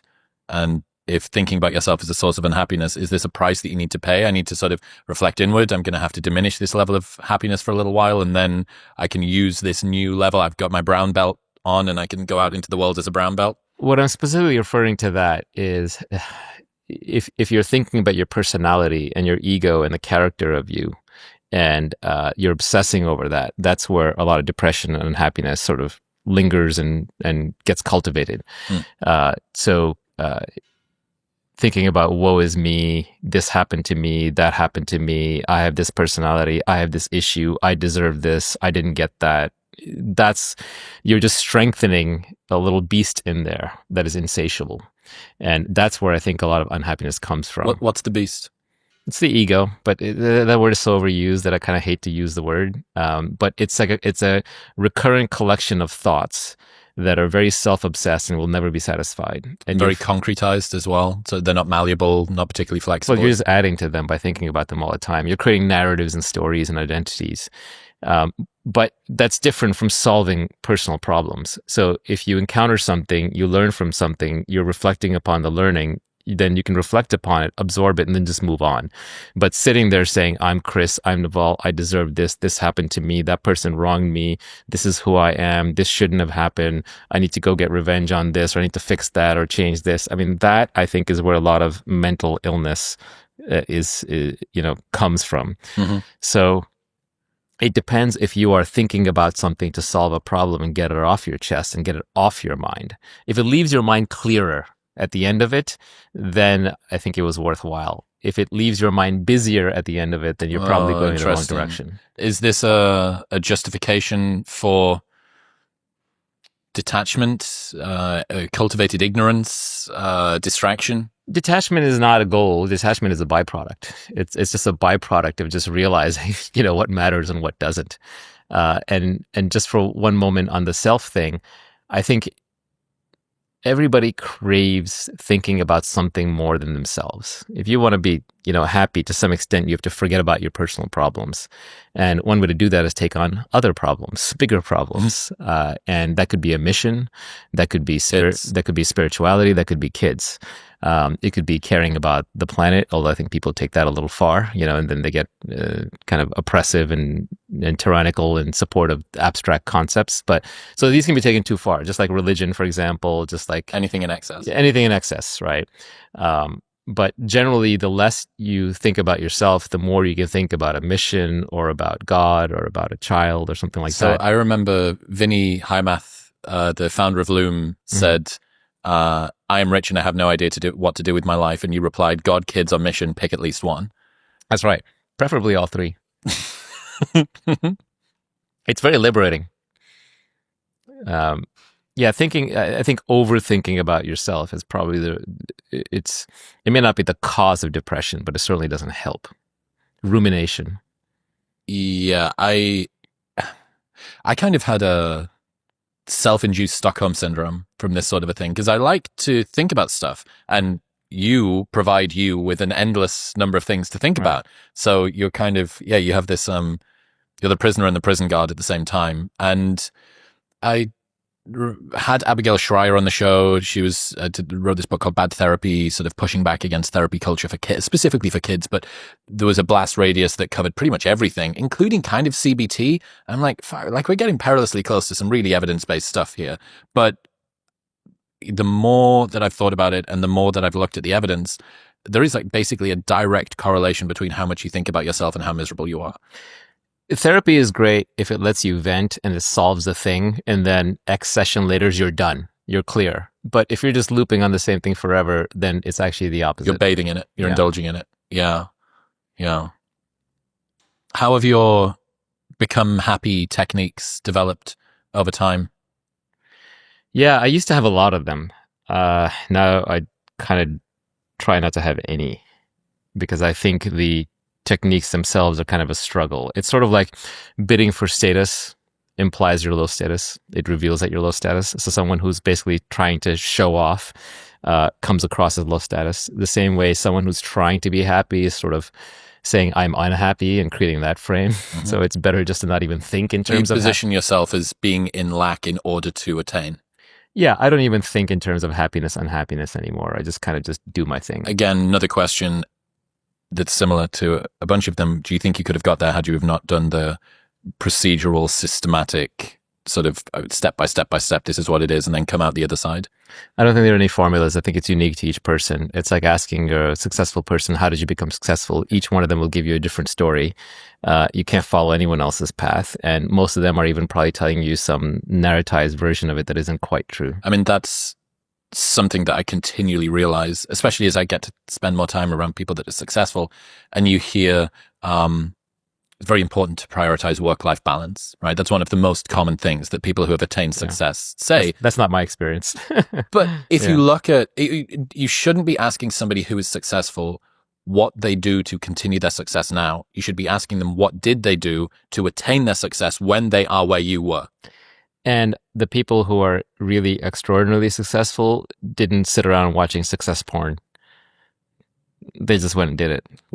They had such an overwhelming desire to be successful at the thing that they were doing that they just went and did that thing. They didn't have time to study and learn and listen, and they just did it. It's the overwhelming desire that's the most important, and the focus that comes from that. It's that tweet of yours that was people who are good at making wealth, or people who are good at attaining wealth, don't need to teach anybody else how to do it. Yeah, you don't need mentors, you need action. That was one of them. Another one is, the people who actually know how to make money, you don't need to sell your course on it. There it is. There's lots of variations on it. But if you don't, another one is if you don't lie awake at night thinking about it, you don't want it badly enough. Yeah, I think I've heard you talk before about how sort of unclosed loops, problems that you're working on can cause you to be sleepless. And I'm not a good sleeper. Tell me about that. Oh, I mean, my 8 sleep hates me. It's always telling me I failed at sleeping again. Brian Johnson thinks I'm going to die early. He's probably right. But How much do you reckon you sleep a night? You got any idea? Oh, it's so random. Some nights I'll sleep 8 hours. Some nights I'll sleep 4 hours. But it's literally just random. Are you bothered about that? Are No. you trying to optimize? Are you a sleep coach teaching you how to... I don't flog myself over things. If I want to sleep, I'll sleep. If I don't want to sleep, I don't sleep. It's not I don't think I'm doing anything right or wrong. You don't label it good night, bad night. No, I work out every day because I think it gives me more energy and I've gotten into a good habit with it. Maybe I'll do the same thing with sleep. Maybe I'll develop a good habit, but I'm not going to beat myself up over it. There'll come a point where it's important to me. And when it's important to me, I'll just do it. Most of, like, for example, you look at people with addictions, right? Overeating or smoking or whatever. They can kind of go through all the different methods, but it's half-hearted. And then one day they're like, oh shit, I've got lung cancer. Or my dad has lung cancer, and they drop it immediately. Yeah. Right. So I think a lot of change is more about desire and understanding than it is about forcing yourself or trying to domesticate yourself. It's efficiency again, I guess. Aligning the thing that you want to do with the way that you feel about what it is that you want to do. Yeah, it's not getting caught up in a half desire or a mimetic desire. It's really just being aware of what it is that you actually want at this point in time. And when you want something, then you will act on it with maximal capability. And that's the time to act on it. In the meantime, just doing it because other people tell you should do it, or society tells you should do it, or you feel slightly guilty about it. These are half-hearted efforts, and half-hearted efforts don't get you there. As you get older, one thing that becomes harder to ignore is your testosterone levels. They impact everything from your energy to your mood and how well you recover. However, there are science-backed supplements like Tongkat that support testosterone, strength, and recovery, and that is why I'm such a huge fan of Momentus's product, because they make the only NSF-certified Tongkat LE on the planet. That means it's so rigorously tested that even Olympic athletes can use it, and why I partnered with them, because they make the most carefully tested, highest quality supplements on earth. This is a huge part of my brain, body, and sleep stack, which makes a big impact on my cognition, my strength, and my recovery. And if you're still unsure, Momentus offers a 30-day money-back guarantee. So you can buy it and try it for 29 days. If you don't love it, they'll give you your money back. Plus, they ship internationally. Right now, you can get 35% off your subscription and that 30-day money-back guarantee by going to the link in the description below, or heading to livemomentus.com/modernwisdom and using the code modernwisdom at checkout. That's livemomentus.com/modernwisdom and modernwisdom at checkout. You mentioned anxiety before. Imagine how effective you'd be if you weren't anxious all the time, is one of yours. And anxiety is the emotion du jour of the 21st century, and lots of driven people, very anxious, very paranoid. That's what's caused them to be effective. They pay so much attention, detail-oriented, not letting things go, staying up at night, thinking about it. That's the paranoia coming in. What have you come to learn about anxiety and dealing with it? So anxiety and stress are interesting. They're very related. Stress is when, like if you look at an iron beam, when an iron beam is under stress, it's because it's being bent in two different directions at the same time. So when your mind is under stress, it's because it has two conflicting desires at once. So for example, you want to be liked, but you want to do something selfish, and you can't reconcile the two. And so you're under stress. You want to do something for somebody else. You want to do something for yourself, right? These are you don't want to go to work, but you want to make money. So you're under stress, right? So you have two conflicting desires. And I think one of the ways to get through stress is to acknowledge that, oh, I actually have two conflicting desires. And either I need to resolve it, I need to pick one and then be okay losing the other, or I will decide later. But at least just being aware of why you're stressed can help alleviate a lot of stress. And then anxiety, I think, is sort of this pervasive, unidentifiable stress where you're just kind of stressed out all the time and you're not even sure why. And you can't even identify the underlying problem. And I think the reason for that is because you have so many unresolved problems, unresolved stress points that have piled up in your life that you can no longer identify what the problems are. And there's this mountain of garbage in your mind, and it's a little bit of it poking out the top like an iceberg. And that's anxiety. But underneath, there's a lot of unresolved things. And so you just need to kind of go through very carefully every time you're anxious. Like, okay, why am I anxious this time? I don't know why. Oh, well, let me sit here and just think about it. Let me write down what the possible causes could be. Let me meditate on it. Let me journal. Let me talk to a therapist. Let me talk to my friends. Let me just kind of see like, when does that stress go away? If you can kind of identify and unravel and resolve these issues, then I think that helps get rid of anxiety. A lot of the anxiety is piled up because we move through life too quickly, not observing our own reactions to things. We don't resolve them. So this goes counter to what I was saying earlier about not reflecting too much on things. But you reflect on the problems to observe them and solve them. You don't reflect on them to feel better about yourself. To indulge them. Well, if you're doing it to just feel better about yourself, that could be strengthening your personality and your ego, and could be creating a more fragile personality. One big anxiety resolver for me is just ruminating on death. I think that's a good one. You're going to die. It's all going to zero. You cannot take anything with you. And I know this is trite, and I know we don't spend enough time thinking about the big questions. We kind of give up on them when we're very, very young. A little child might ask the big questions like, why are we here? What's the meaning of life? What is this all about? Is there Santa Claus? Is there God?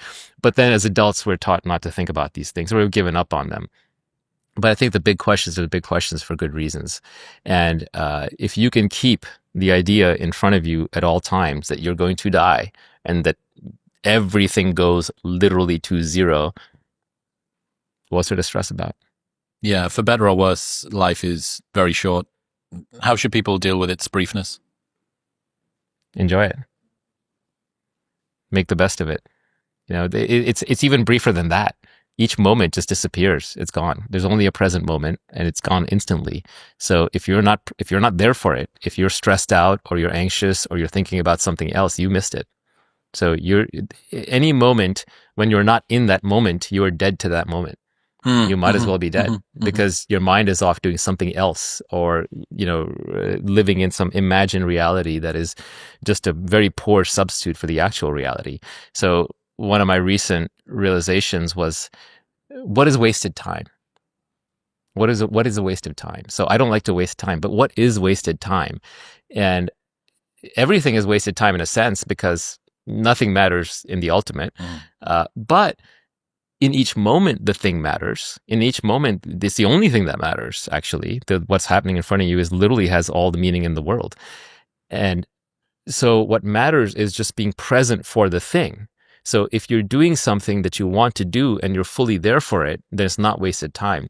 If you don't want to do it and your mind is running away from it and you're reacting against it and you're wishing you were somewhere else and you're thinking about some other thing, or you're anticipating some future thing, or regretting some past thing, or being fearful of something, then that's wasted time. That's time that's being wasted when you're not actually present for the reality in front of you. So my definition of wasted time, yes, I do want some material things in life, and there are things that have more value than others within this life, but this life is very short and bounded.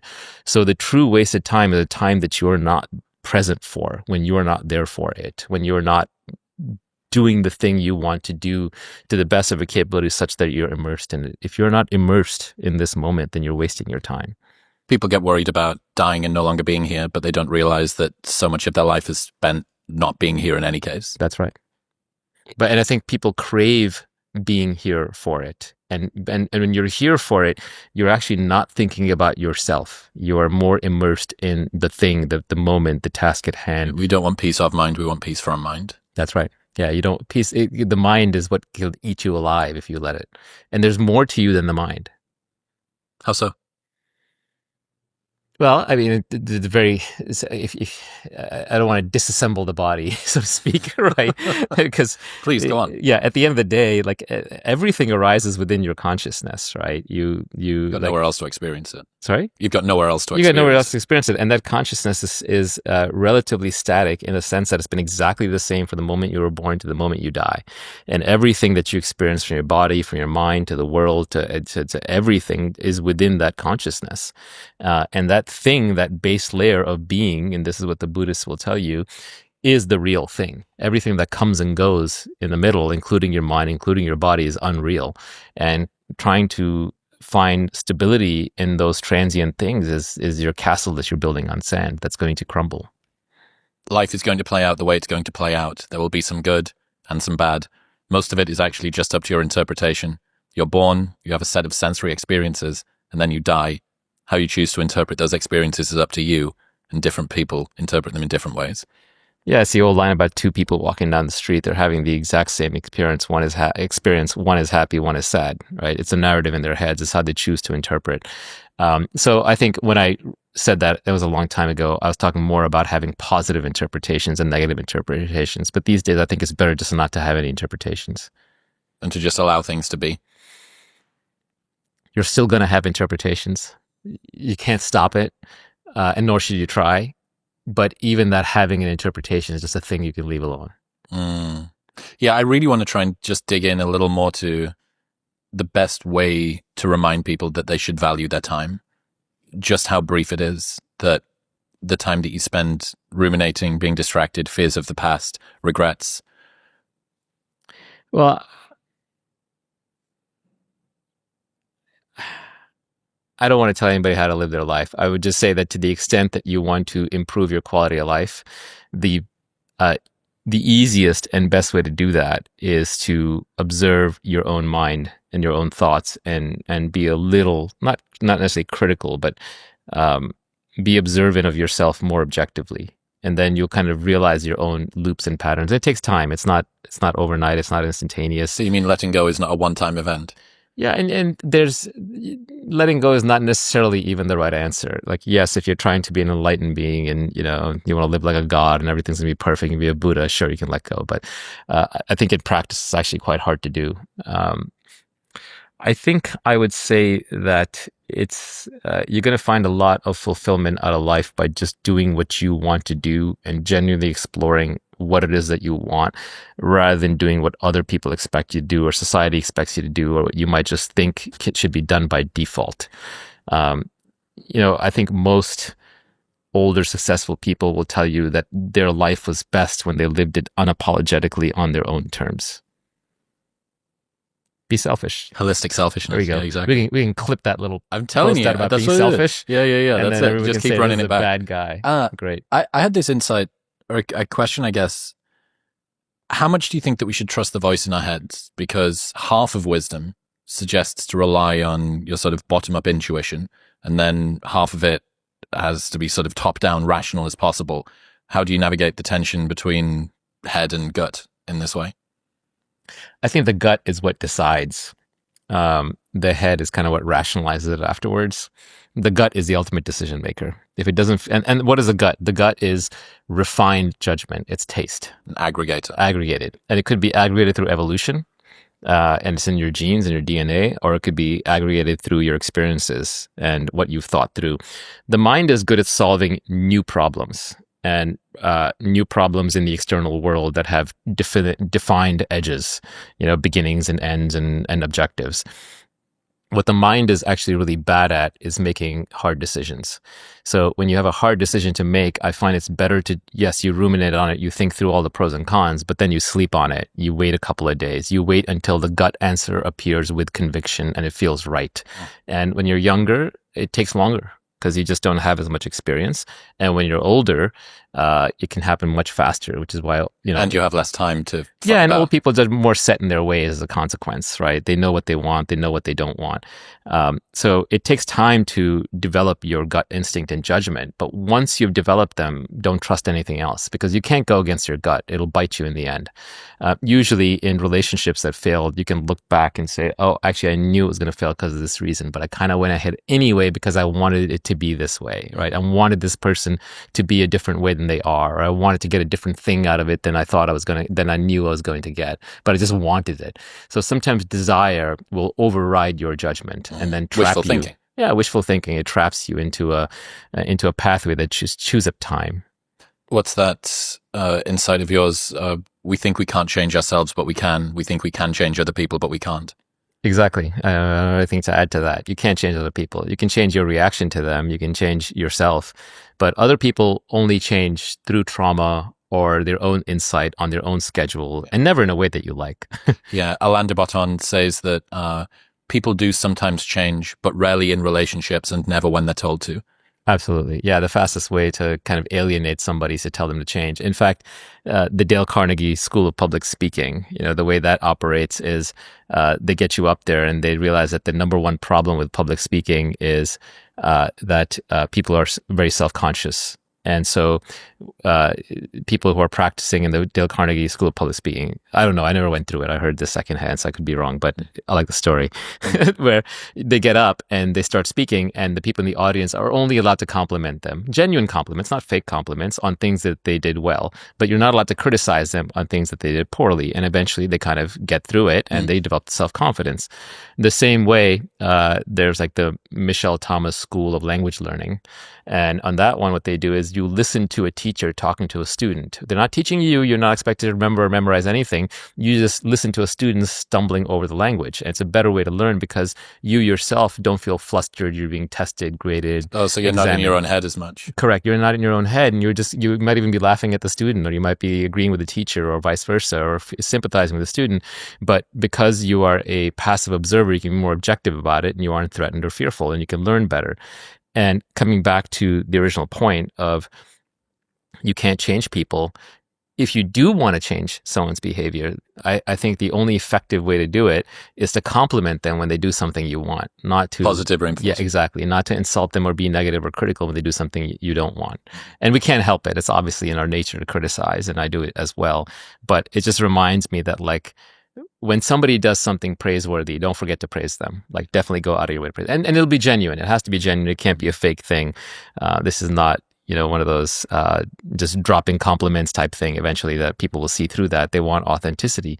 But just don't forget to praise people when they do something praiseworthy, and you'll get more of that behavior. There was a really famous thread on Reddit about 5 questions to ask yourself if you're uncertain about your relationship. One of the questions was, are you truly in love with your partner, or just their potential or the idea of them? And that's they show such great promise. They look at their ability for change and growth. They're on the right path. The partner matching thing is so hard. When people come and ask me, like, oh, should I be with this person? I'm like, well, if you're asking me, the answer is clearly no, right? Because you wouldn't have to ask if you were with the right person. Or when you ask someone, like, why they're in a relationship with somebody and they start reading out his or her resume, right? That's also a bad sign. What do you mean? Oh, it's like, oh, we have so much in common. We like to golf together. It's like, it's not a basis for a relationship. Or, oh, she's a ballerina, or, he went to Harvard, or what have you. These are resume items. So that's not who the person actually is. What's a better answer? I just love being with this person. I just trust them. I enjoy being around them. I love how capable he is. I love how kind she is. I love her spirit. I love his energy. The more materially and concretely definable the reasons are you're together, the worse they are. The ineffable is actually where the sort of true love lies. Because real love is a form of unity. It's a form of connection. It's connecting spirits. Oh, you too? My consciousness meets your consciousness. It's the underlying drive in love, in art, in science, in mysticism is the desire for unity. It's the desire for connection.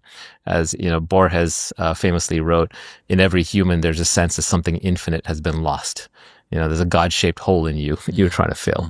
Mm-hmm. And so we're always trying to find that connection. Love is trying to find it in one other person and saying, okay, you're male, I'm female, or whatever, and whatever your predilections are, and now we connect. Now we form a whole, a connected whole. Or in mysticism, it's like it's all about, okay, sit down, meditate, and you'll feel the whole. In science, it's like, atoms bouncing is mechanics, but that generates heat. So thermodynamics and motion or kinetics are one combined theory. That's a whole. Electricity and magnetism are one thing. That's the whole. Creates that sense of awe. In art, it's like I feel an emotion, I create a piece of art around it, and then you see that painting, or you see the Sistine Chapel, or you read the poem, and you feel that emotion.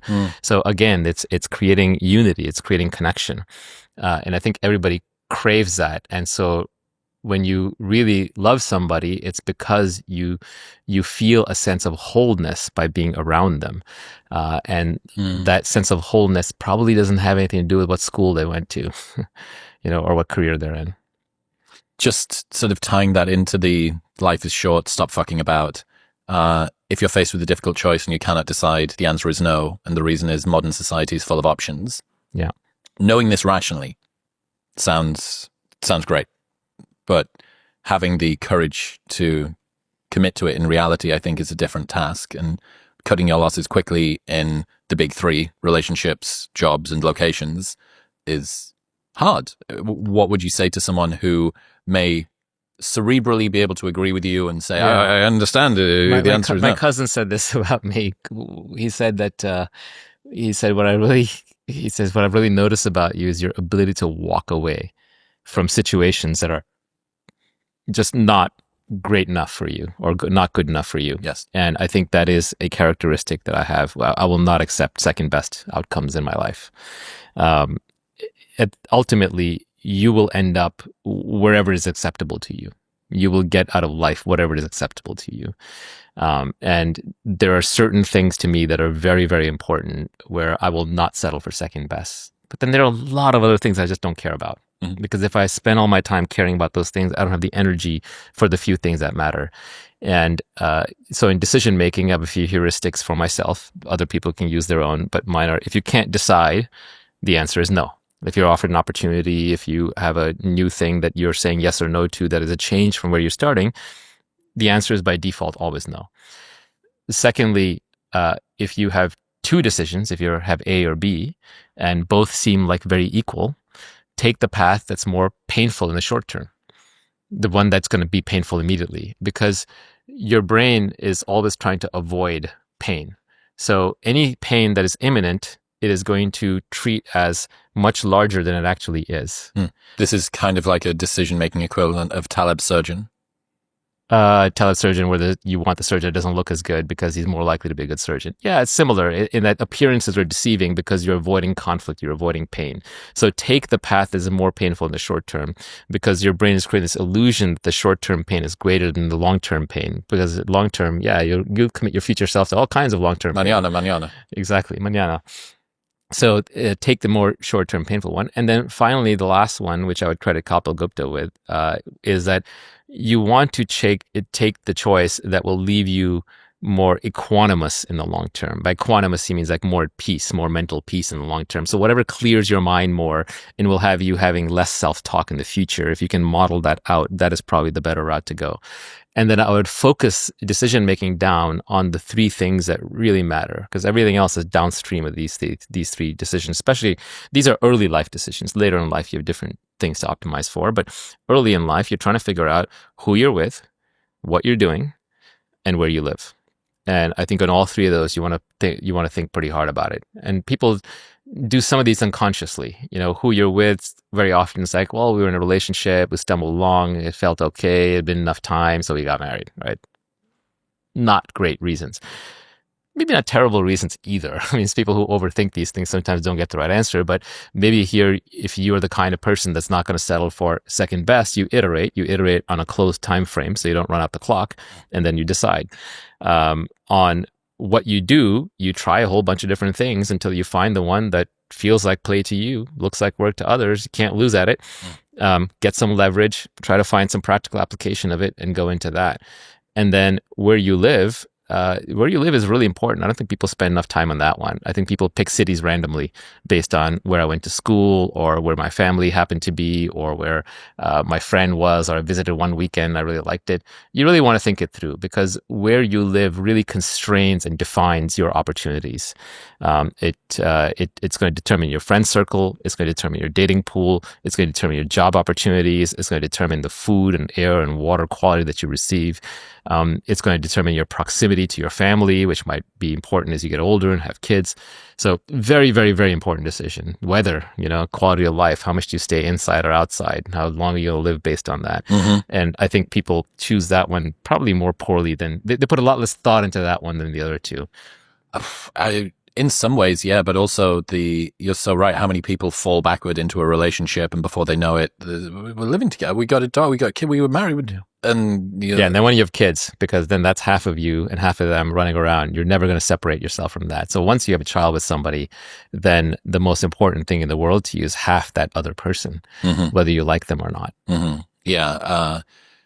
Jeffrey Miller had a tweet a long time ago that I always think about, and he said, every parenting book in the world could be replaced with one book on behavioral genetics. I'm a big believer in genetics. Yes, I do think a lot of behavior is downstream of genetics, and I think we underplay that. We like to overplay nurture and underplay underplay nature for societal reasons. But nature is a big deal. The temperament of the person you marry is probably going to be reflected in your child by default. People can change. If you want a securely attached kid, pick a securely attached partner. Well, the secret to a happy relationship is two happy people, right? So I would say if you want to be happy, then be with a happy person. Don't think you're going to be with someone who's unhappy and then make them happy down the road. Or if you're okay with them being unhappy, but there are other things you like about them, that's fine. But this goes back to the not trying to change for their unhappiness with other things. Yeah. And actually, we talked a little bit about how people do connect successfully, on spirit and those things, but that's maybe a little too abstract. If you want to get a little more practical, it could be based on values.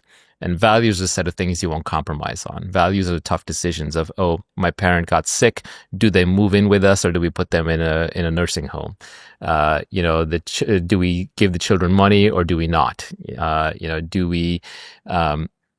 Do we move across the country to be closer to our family or do we stay put where we are? Do we argue about politics? Do we care or do we not, right? The values are way more important than checklist items. And I think if people were to align much more on their values, they would have much more successful relationships. The emotional pain of fearing change. I have this thing, the job, the location, the partner. I'm going to enter or not enter this thing. For the most part, it's leaving. I think we have this sort of loss aversion that we really feel. Evolved loss aversion. It's just painful separating yourself in front of your friends. It's embarrassing. And how would you advise people to get past themselves with that loss aversion, that fear of change? Oh my God, am I going to... Yeah, it's the hardest thing in the world. Starting over. It's back to the 0 to 1 thing. It's the mountain climbing thing. You're not going to find your path to the top of the mountain in the first go around. Sometimes you go up there, you get stuck, and you come back down. And the difference between all the successful people and the ones who are not is the ones who are successful want it so badly they're willing to go back and start over again and again, whether in their career or in their relationships or in anything else. The more seriously you take yourself, the unhappier you're going to be. Have you learned how to take yourself less seriously? Well, fame doesn't help on that one, because that is one of the traps of fame. People are always talking about you. They have a certain view of you and you start believing that. And then you take yourself seriously. And then that limits your own actions. You can't look like a fool anymore. You can't do new things anymore.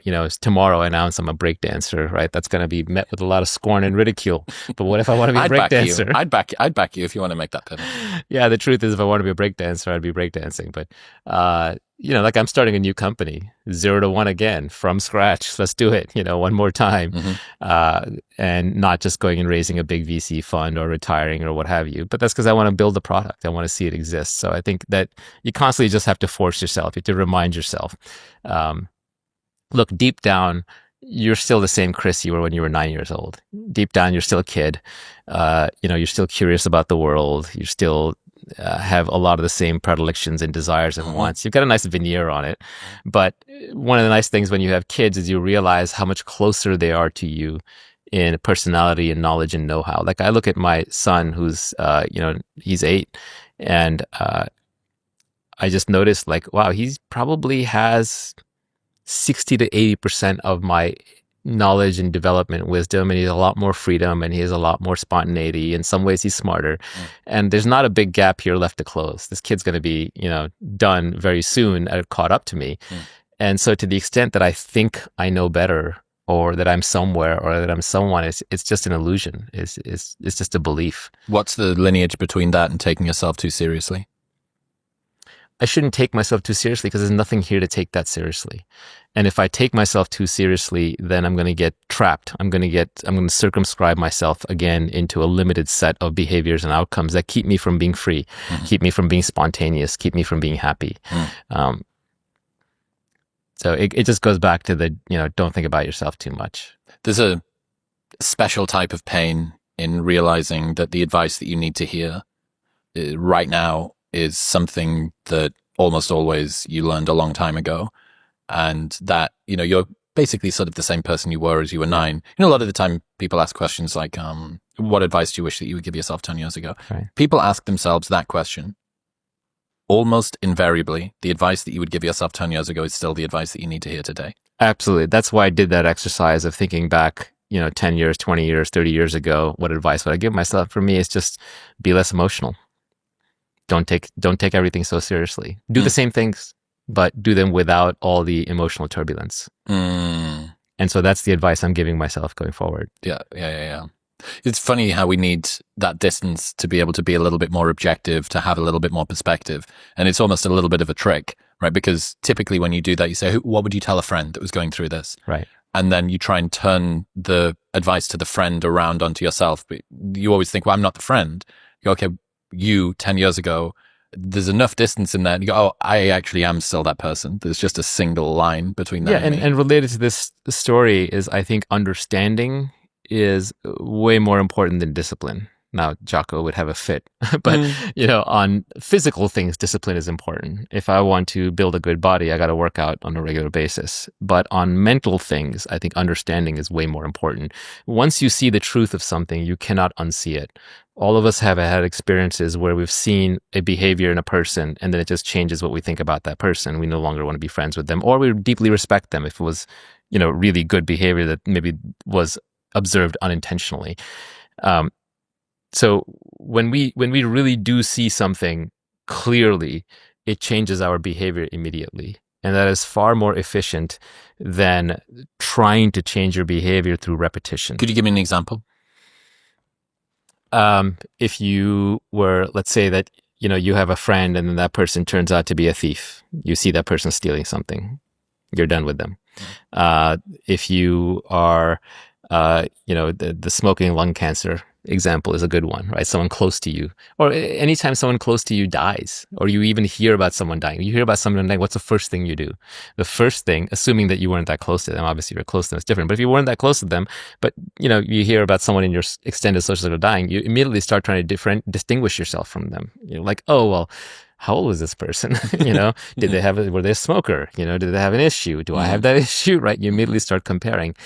And what you're doing there is you're sort of just trying to see if there's an overlap here. But if you see the truth in something, if you're like, oh my God, this person was the same age as me and they died, and that's starting to happen at my age where I'm starting to hear about, extended circle people, just reminds you time is really short. There's a truth there. There's a truth there that you cannot... Reaction of distancing yourself. There's a truth there that you cannot unsee. For example, I think, were you into bodybuilding or something back when? I don't know. Just like bro lifting stuff. Okay, bro lifting less stuff. Of a skinny bitch, yeah. Right, but there probably was a point where you were being really aggro in the gym and you injured yourself. Many times. Right, and each one of those was a deep understanding of don't go beyond this point, right? There was a truth there. So again, when you see these things in such a way that you can't unsee them, that changes your behavior instantly. And I would argue that introspection to find those truths is actually very useful. Is that a justification for more experimentation, exploration, experience in life, sort of trying to find serendipity, because all of these experiences are going to teach you a inescapable lesson? You're going to do what you're going to do. I mean, your level of exploration, I think, is sort of up to you. But life is always throwing truth back at you. It's about whether you choose to see it, whether you choose to acknowledge it, even if it's painful. Truth is often painful, right? If it wasn't, we'd all be seeing truth all the time. Reality is always reflecting truth. That's all it is. Why would you not have accessed it already? Exactly. All the philosophy that's out there, for example, it's almost trite. Like most people, they look at philosophy like until they discover it for themselves. Because wisdom is the set of things that cannot be transmitted. If they could be transmitted, we'd read the same 5 philosophy books and we'd all be done, we'd all be wise. You have to learn it for yourself. It has to be rediscovered for yourself in your own context. You have to have specific experiences that then allow you to generalize and see the truth in those things in such a way that you're not going to unsee them. But each person is going to see them in a different way. I can tell you that Socrates story, and it's not going to resonate until there's something that other people desire that you realize you yourself don't want. And the moment that happens, then you'll see the truth in the general statement. I want to just read you a 2-minute essay that I wrote a couple of weeks ago. It's called Unteachable Lessons. Okay. I've been thinking about a special category of lesson, one which you cannot discover without experiencing it firsthand. There is a certain subset of advice that for some reason we all refuse to learn through instruction. These are unteachable lessons. No matter how arduous or costly or effortful it is going to be for us to find out ourselves, We prefer to disregard the mountains of warnings from our elders, songs, literature, historical catastrophes, public scandals, and instead think some version of, yeah, that might be true for them, but not for me. We decide to learn the hard lessons the hard way, over and over again. Unfortunately, they all seem to be the big things, too. It's never new insights about how to put up level shelves or charmingly introduce yourself at a cocktail party. Instead, we spend most of our lives learning firsthand the most important lessons that the previous generations already warned us about. Things like, money won't make you happy, fame won't fix your self-worth, you don't love that pretty girl, she's just hot and difficult to get. Nothing is as important as you think it is when you're thinking about it. You will regret working too much. Worrying is not improving your performance. All your fears are a waste of time. You should see your parents more. You'll be fine after the breakup and will be grateful that you did it. It's perfectly okay to cut toxic people out of your life. And even reading this list back, I'm rolling my eyes at how fucking trite it is. These are all basic bitch, obvious insights that everybody has heard before. But if they're so basic, why does everyone so reliably fall prey to them throughout our lives? And if they're so obvious, why do people who have recently become famous or wealthy or lost a parent or gone through a breakup start to proclaim these facts with the renewed grandiose ceremony of someone who's just gone through religious revelation? It's also a very contentious list of points to say on the internet. If you interview a billionaire who says that all of his money didn't make him happy, or a movie star who said that her fame felt like a prison, the internet will tear them apart for being ungrateful and out of touch. So not only do we refuse to learn these lessons, we even refuse to hear the message from those warning us about them. And even more than that, I think for every one of these, if I consider a bit deeper, I can recall a time, including right now, where I convinced myself that I am the exception to the rule, that my particular mental makeup or life situation or historical wounds or dreams for the future render me immune to these lessons being applicable. No, my inner landscape would be salved by skirting around the most well-known wisdom of the ages. No, I can thread this needle properly. Watch me dance through the minefield and avoid all of the tripwires that everyone else kicks. And then you kick one. And you share a knowing look, the kind that can only occur between two people who've been hurt in the exact same way, and a voice in the back of your mind will say, I told you so. That's unteachable lesson. It's a good essay. I think one of the reasons why these lessons are unteachable is because they're too broad. They have to be applied in context. A number of the ones that you laid out contradict each other, like spend more time with your parents and, don't work so hard. But, at the same time, you do want to be successful, right? I think a lot of these lessons come from down on high, from, as you said, like the famous movie star or the billionaire saying, "Oh, you don't need money to be happy." It's like, well, okay, then give it up, bitch, right? In reality, I think many of these contradict each other. And it's like if you went to school and you just studied philosophy for 4 years, you would not know how to live life because you wouldn't know which philosophical doctrine to apply in which circumstance. You have to actually live life, go through all of the issues to figure out what it is that you want, what's the context in which some of these things apply and some of them don't. Yes, you want to visit your parents more often, but you don't want to live with your parents and you don't want to necessarily see them every day or every weekend, depending on the parent. You might not get along with one of them. So I think it is highly contextual. That said, I would argue that once you figure it out for yourself, you can kind of carve these variations on these maxims that apply to you. And then you'll have a specific experience that helps you remember it and actually execute on it. Mm-hmm. And you can also phrase it in a way where it's not trite anymore. So like it's personal. Yeah. So a lot of my maxims and notes to self are carved in a way that they're modernized. They're saying something true, which might be trite if I didn't say it in a new way or in an interesting way that is more relevant to me today. There was a Nobel Prize winner who said something to the effect of, everything worth saying may have been said before, but given that nobody was listening, it must be said again. Yeah, it has to be said again, has to be recontextualized for the modern age. Mm-hmm. Things do change. Technology changes things. Culture changes. People change. On that, I've heard you say, you talk about the difference between seeming wise and being wise, that you tried to appear smart as a kid by sort of... Still do. Rote memorization, masquerading as insight and wisdom. Yeah. And I certainly feel that. A lot of the show, for me, I think, was and still is a redemption arc from this, decade of my life where I completely suppressed any intellectual curiosity. It's like, okay, I'll be a professional party boy for 10 years, stand on the front door of a nightclub and give out VIP wristbands and have access to all of the pretty girls or, the cool parties or whatever it might be. Seems like it worked out okay. It did in some ways. But I mean, and it's you not had fun. It was, look, it was a good way to spend my 20s, but to sort of come back above, put your head above water, 2 degrees, one of which was a master's, and then this just shut down any of that learn. I mean, I did that while I was at uni. While I was at uni, I was running the events. So it was actually a decade and a half. And I think there was a big redemption arc within this show, and I constantly have to kind of wipe the slime off me of this sense that I need to prove myself. And so much of it's why it really resonates with me.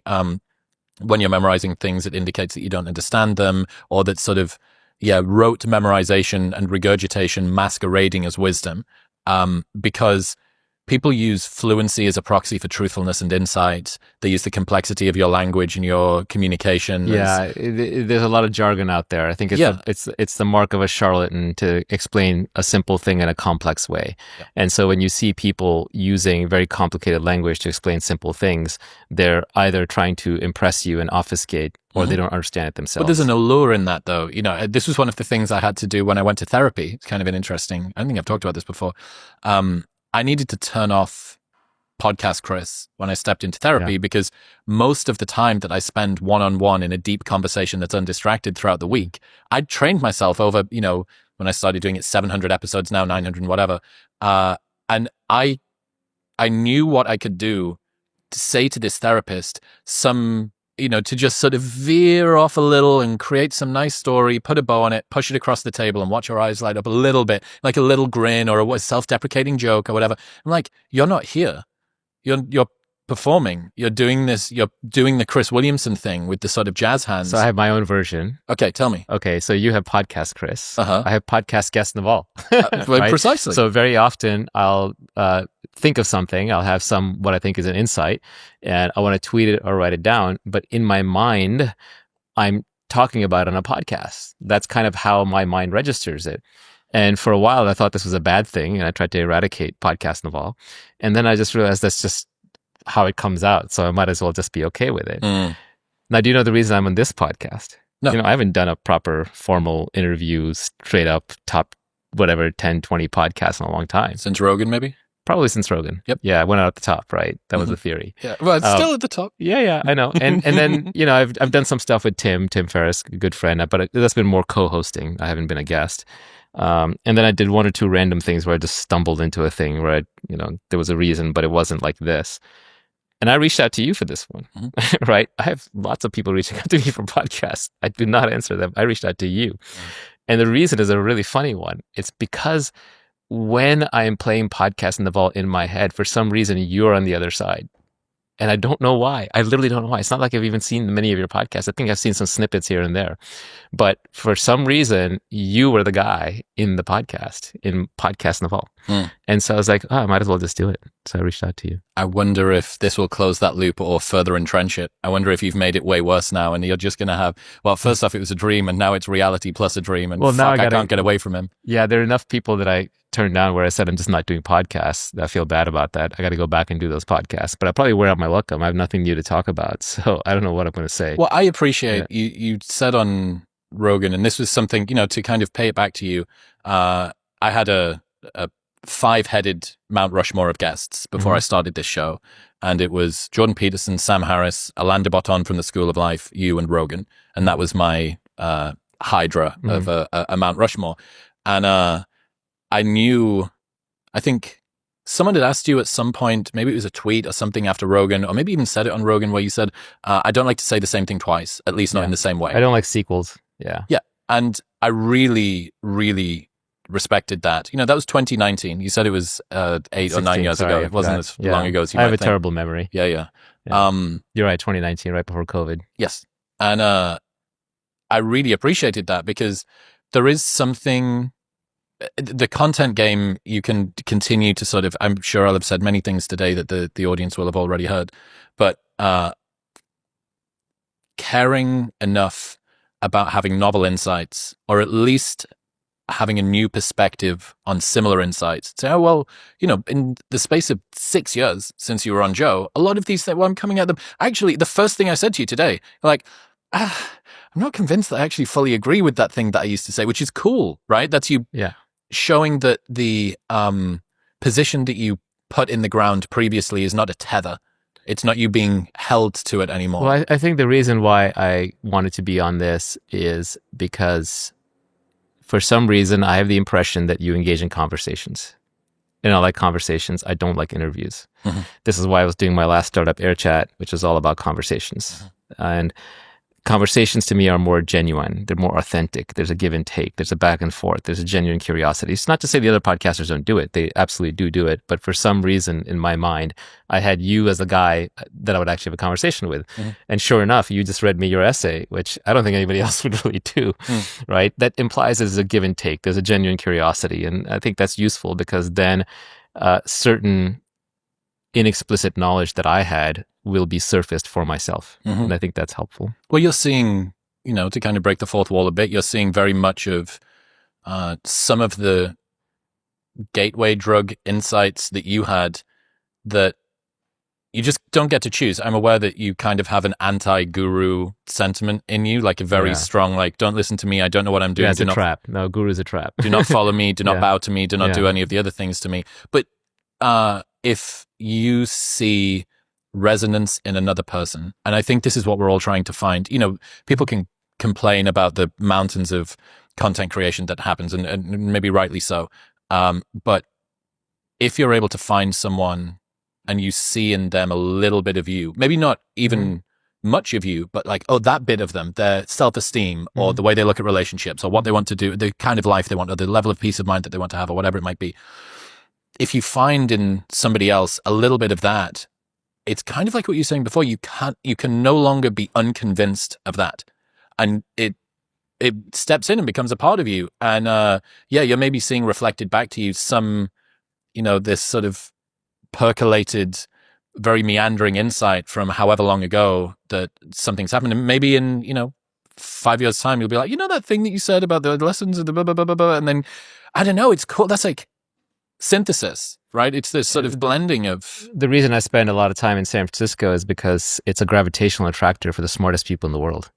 And despite all of the many problems the city had, because it's mismanaged beyond belief, it does just seem to pull in the young, smart, creative people.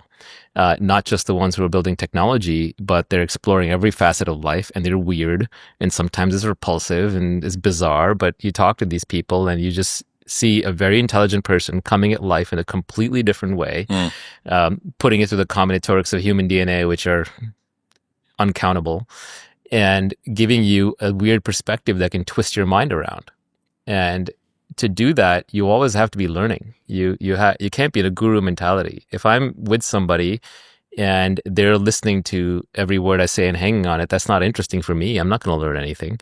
I want people who are intelligent, who will say something back that is a little different, and I may not agree with it, but it's going to leave a mark. It's going to leave an impression. Mm-hmm. And it's going to leave an impression to the extent that both that they are correct and that I choose to listen. And I'll choose to listen if I don't view myself as higher status or smarter than them.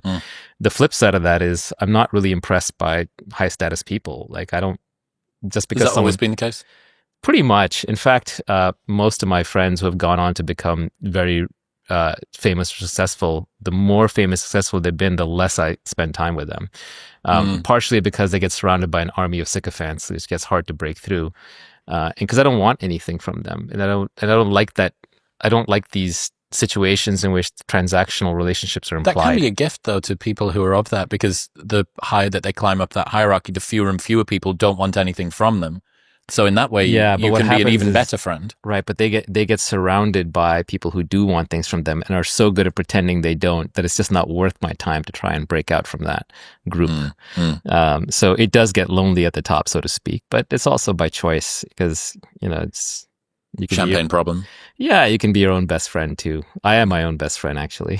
So I really do enjoy spending time with myself. Yeah. The smartest people aren't interested in appearing smart and don't care what you think is Yeah, I mean, a lot of life is not giving a shit. You know, a lot of the best things in life come out of that. Does this mean you're sort of talking about that rote memorization masquerading as wisdom and insight thing, which I think perhaps almost certainly podcasts like this will have contributed to? You know, you hear an Alain de Botton who's, you know, like a painter with words, very simple, very sort of unpretentious, but if you're intellectually curious, you only see the production of his thoughts. You don't necessarily see the work that's gone into the thoughts behind. So you confuse the presentation of them for the insight. Does that make sense? Of course, yeah. A lot of my stuff is more polished. Like one of the funny things, one of the funny things that right before this podcast was, I thought, oh, maybe I should go back and read my old tweets to sort of remember what I said and I can articulate it well. But then I realized that's just performance. I would just be memorizing my whole stuff to perform. Yeah. Oh, well, that's an extra special level of hell that you've descended into. And I'm memorizing me to be more me. Bingo. And to live up to some expectation or some famous personality that I now have to become, some straitjacket that I have to put on. Yeah, so I'm having to live up to in private the things that I proclaim. That's right. So, of course, pretty quickly I saw through that. You know, it's nonsense. And it also constrains my time and it's just work. And I think that's you know, your meditation practice at work there, that mindfulness gap, to be like, yeah, there's that thing again in Exactly. me. Hello. So it's not about changing your thoughts. It's not about fixing your thoughts. It's not about changing yourself. It's just about being observant of yourself so that you can then, it'll automatically change. Whatever change needs to happen will happen. You trying to change yourself is very circular. The mind trying to change the mind is the mind just mud wrestling with itself. I don't think it gets you anywhere. You've spent a lot of time either creating wealth or thinking about how to create wealth. What have you learned are the best places to spend wealth? To spend wealth? Yeah. How you spend this time creating this wealth, accumulating. What are the best ways for you to put it back out? I actually think Elon had this one figured out, which is he plowed his own money back into his own businesses to go and do bigger and better things for humanity. So what I would like to, you know, you could give it to nonprofits, but a lot of nonprofits are grifty, or it's people who didn't earn it trying to spend it, or they don't have tight feedback loops on having a good effect. So one of the things I want to do as an aside is I want to create a little school for young physicists, but that's my nonprofit. For young physicists? Yeah, that's my nonprofit-y thing. But and I've actually underwritten media and some physics stuff. I don't like to talk about it, so I don't talk about my whatever so-called philanthropy, because I think that makes it less real. That makes it more status oriented. Makes it less philanthropic. Yeah, exactly. And then people look at how charitable my charity is. And then people also come hunting for money. So there's all of that disease. I don't believe in giving to schools. They have enough money. Ivy Leagues have enough money, and they don't know how to spend it. So I think the best use of money is, I think a good business creates a product for people that they voluntarily buy and they get value out of. So in that sense, I think Steve Jobs and Elon and entrepreneurs like that have created a lot of value for the world. So one of the things I can do is I can take my own money and I can invest it in myself to go and build the next great thing that I think needs to exist. And that's basically what I'm doing right now. I'm doing a new business. I'm self-funding it. I'm plowing a lot of money into it. I'm going to build something that I think is beautiful, that I want to see exist. I really want to see it exist. Have you spoken about this yet, or is it still dark mode? It's so early. Maybe I'll show it to you in a few months. Cool. Hopefully 6 months. And I'm excited about it, and that's a good use of money. What about the worst places to spend wealth? What is the old line? If it flies, floats, or fornicates? Very nice way to change the final F. Very impressive. Yeah. That's the way I heard it. Okay. I can't take credit for it. I'm pretty sure it's Fox, but yeah. So. Yeah. I think that was, maybe it was Felix Dennis. Okay. Who had that quote. Yeah. Yeah, he said, if it flies, floats, or fornicates, rent it. I think the last one was a little too... It's wrong in that he didn't have a family, didn't have kids. So, he missed the big one. Yep. But yeah, there are lots of bad ways to spend money. I believe in investment. I don't believe in consumption. Yes, you're born with a short housing position. You close that out. You get yourself a nice house. Get yourself some help to free up your time, so you're not doing things that other people can do better. Treat people well. Always overpay and expect the best. Pay them like they're the best and then expect the best. But overall, I think a good use of money is to take risks and build things and do things that other people can't do, align it with your own unique talents so you can keep delivering to the world. I'm not going to sit idle. I'm not going to retire. That's a waste of whatever time I have left on this earth. And if I'm doing something I enjoy, then I'm already in perpetual retirement. Because work is just a set of things you want to do that you have to do that you don't want to do. So if you want to do it, it's not work. And so there are things that I want to do, don't feel like work. I can put money behind them and I can use that to instantiate them into reality. And I don't want to say make the world a better place because that's too trite, but it's more just create a product that I'm proud of that wouldn't exist otherwise, that other people will get tremendous value. And it's been enabled through wealth because you're able to take a level of risk that you wouldn't have been able to otherwise. Exactly. Yeah. Wealth gives you freedom. It gives you freedom to explore more options. And in my case, it gives me freedom to start businesses without having to ask other people for permission or to warp my vision based on their desires to make a return or how they think money should be made. Is there anything that you'd add to the how to get rich thread? Is there anything where you thought, fuck, like just one, if I could go in and edit and add one more in or there's like 10,000 things. I could talk about that topic forever, to be honest. Like that thread was so short and it was so limited and it was so like, crafted in a sense, although I wrote it very spontaneously. It left so much on the cutting room floor that I could just talk about that topic for days, but it's all contextual. Right? Business is very, very, very contextual. Like you have to look at the particular business and understand what's being done and why it's being done and how it's being done. And then you can tear it apart or you can and then reassemble it properly. And I like to think that is actually where I have specific knowledge and expertise. My specific knowledge and expertise is not in happiness and not in philosophy. Yes, my life is very hacked to be very unique, but I don't think that's where my specific knowledge is. My specific knowledge is in being able to analyze a business, especially a technology business, and take it apart at the seams and predict in advance what is likely to work and what is not likely to work, Clubhouse notwithstanding. Because you're still going to be wrong most of the time. It's like playing the lottery, but you know one or two of the tickets numbers in advance. You only have to be right a few times or even just once to get the big score. Peter Thiel started PayPal, but he made all his money on Facebook, right? And now he's done more since then, obviously, but that was the big winner. And that's true in any power law distribution. Number one is going to return more than 2 through N put together. 2 will return more than 3 through N put together. You're operating in a highly leveraged intellectual domain, so the outcomes are going to be nonlinear. I know a lot about that topic, but it's highly contextual. It makes a lot more sense if there's a specific business in front of me, a specific entrepreneur, and I can take that apart. And I can say, so there are certain companies where I'll say, oh, this is not going to work because you, the entrepreneur, are doing this for the wrong reasons. You're doing A so you can get to B, just go to B. Or you're doing this to make money when really the person who's doing this because they love the product is going to beat you. Or you're raising money from the wrong people who are in it for the wrong reasons. Or your co-founder is not in it for the right reasons. Or you don't have the right kind of co-founder. Or your vesting schedule is wrong. Or you're starting the business in the wrong place. Or you're approaching it from this angle instead of that angle. And of course, I'll be wrong too. But I've just seen a lot of data. I have my theories around it. And that's where I feel very comfortable operating. The problem is when I have to talk about how to create wealth, and How to Get Rich is a clickbait title, deliberately. But when I talk about how to create wealth, talking about it in the abstract is very difficult because then you just want to speak truth. You have to just say the timeless stuff. You have to be right in almost every context. And so it really limits what you can say. The lack of specificity makes it, correct. It's back to philosophy. But if I can get specific about it, that's when the real knowledge and you could be like a wealth counselor for people. Yeah. Part of the reason why I started doing podcasts, and, this is ego at play, so I'll admit it freely. When I was tweeting, I kind of pioneered philosophy Twitter, if you will, or a certain kind of practical philosophy Twitter, where in 140 characters, I would try to say something true in an interesting way that was insightful to me at the time. But then that got copied. There's thousands of us now, right? Thousands of people spitting it out, ChatGPT, trying to create these things all day long.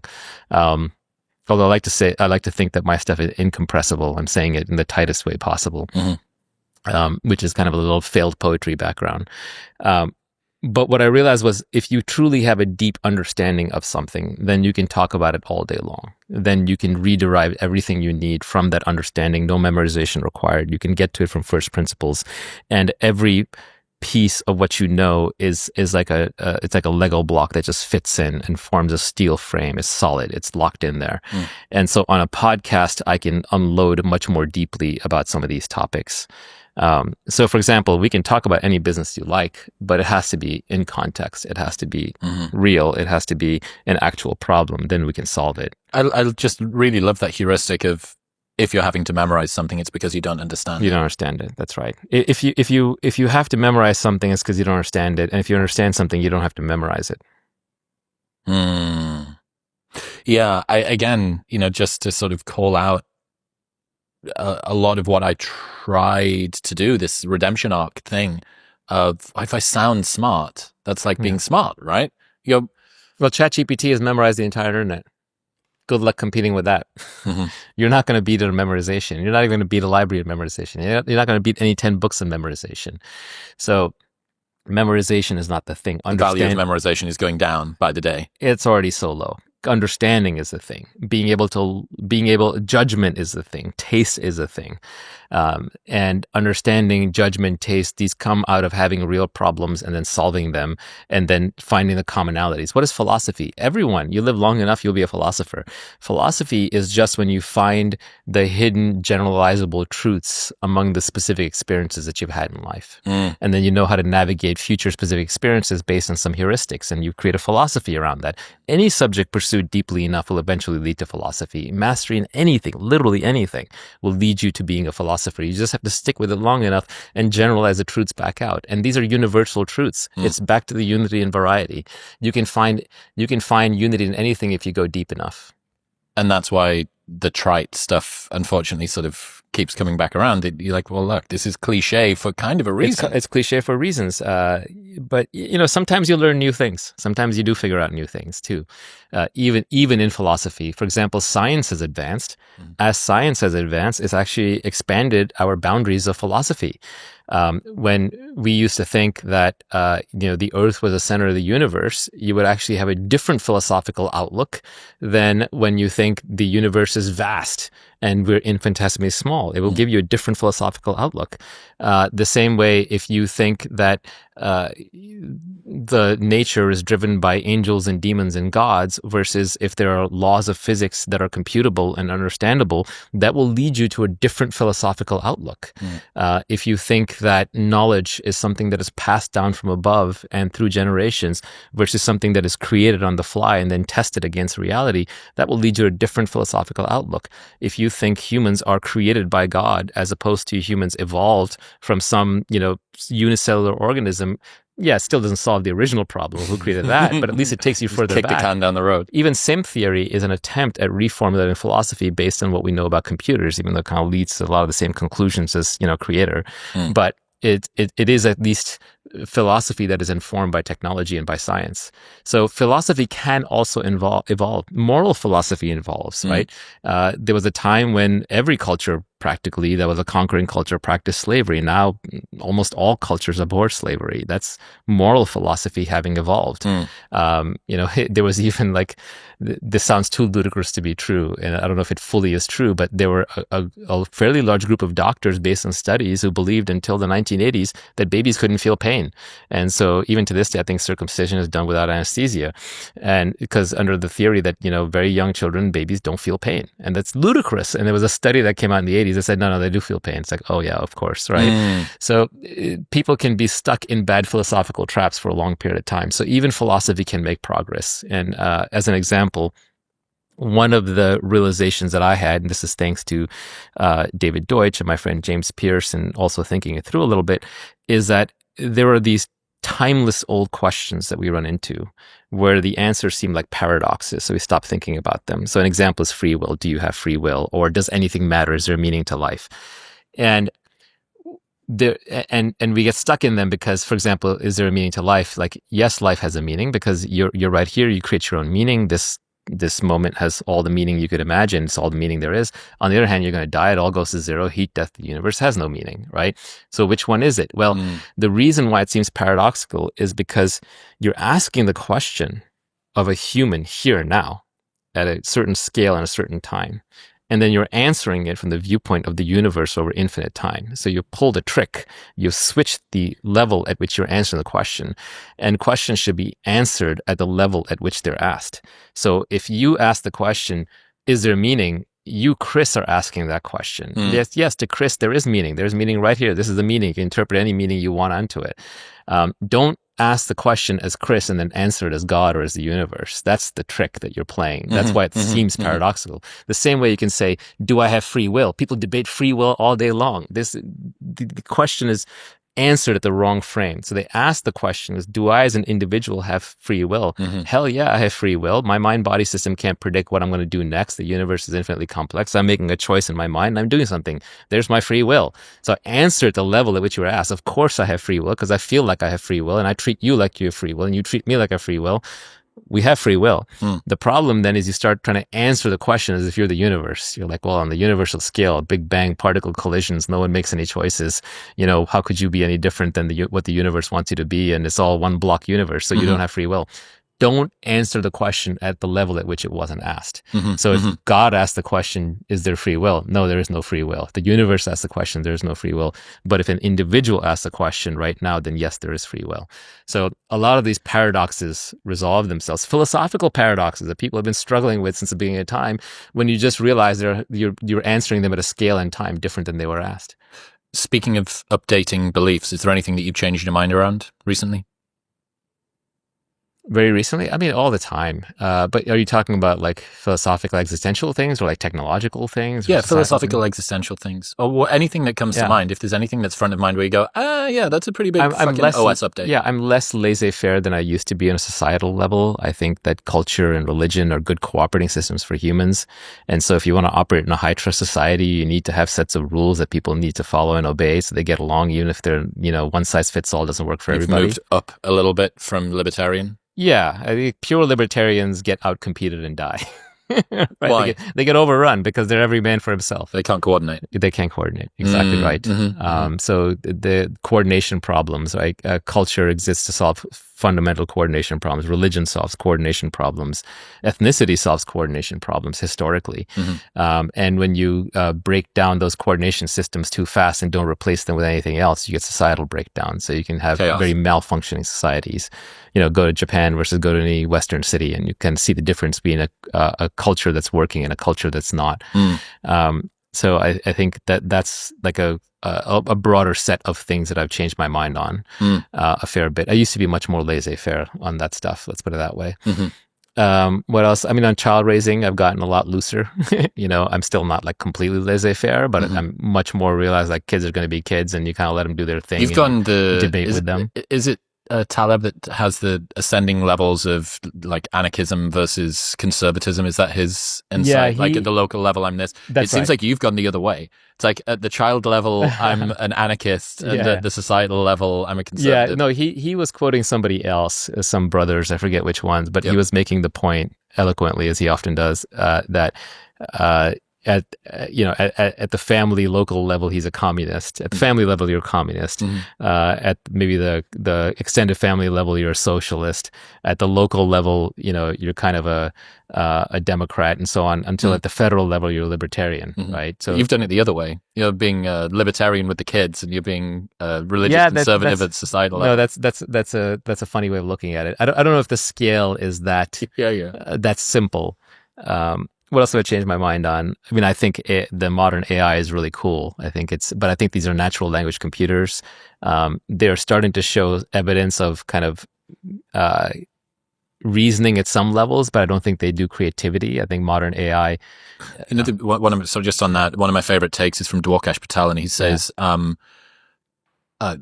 if you gave any human on the planet 0.00001% of the consumption that a LLM has, any LLM, they would have come up with thousands of new ideas. Right. Give me one new idea. One fundamental new idea. That's been generated. Yeah, like I'm big into poetry. Every poem ever written by an LLM is garbage. I think even their fiction writing is terrible. Even the new GPT-4o5, with all due respect to Sam and crew, I think they're terrible writers. I find them really bad at summarizing. They're really good at extrapolating, paperwork.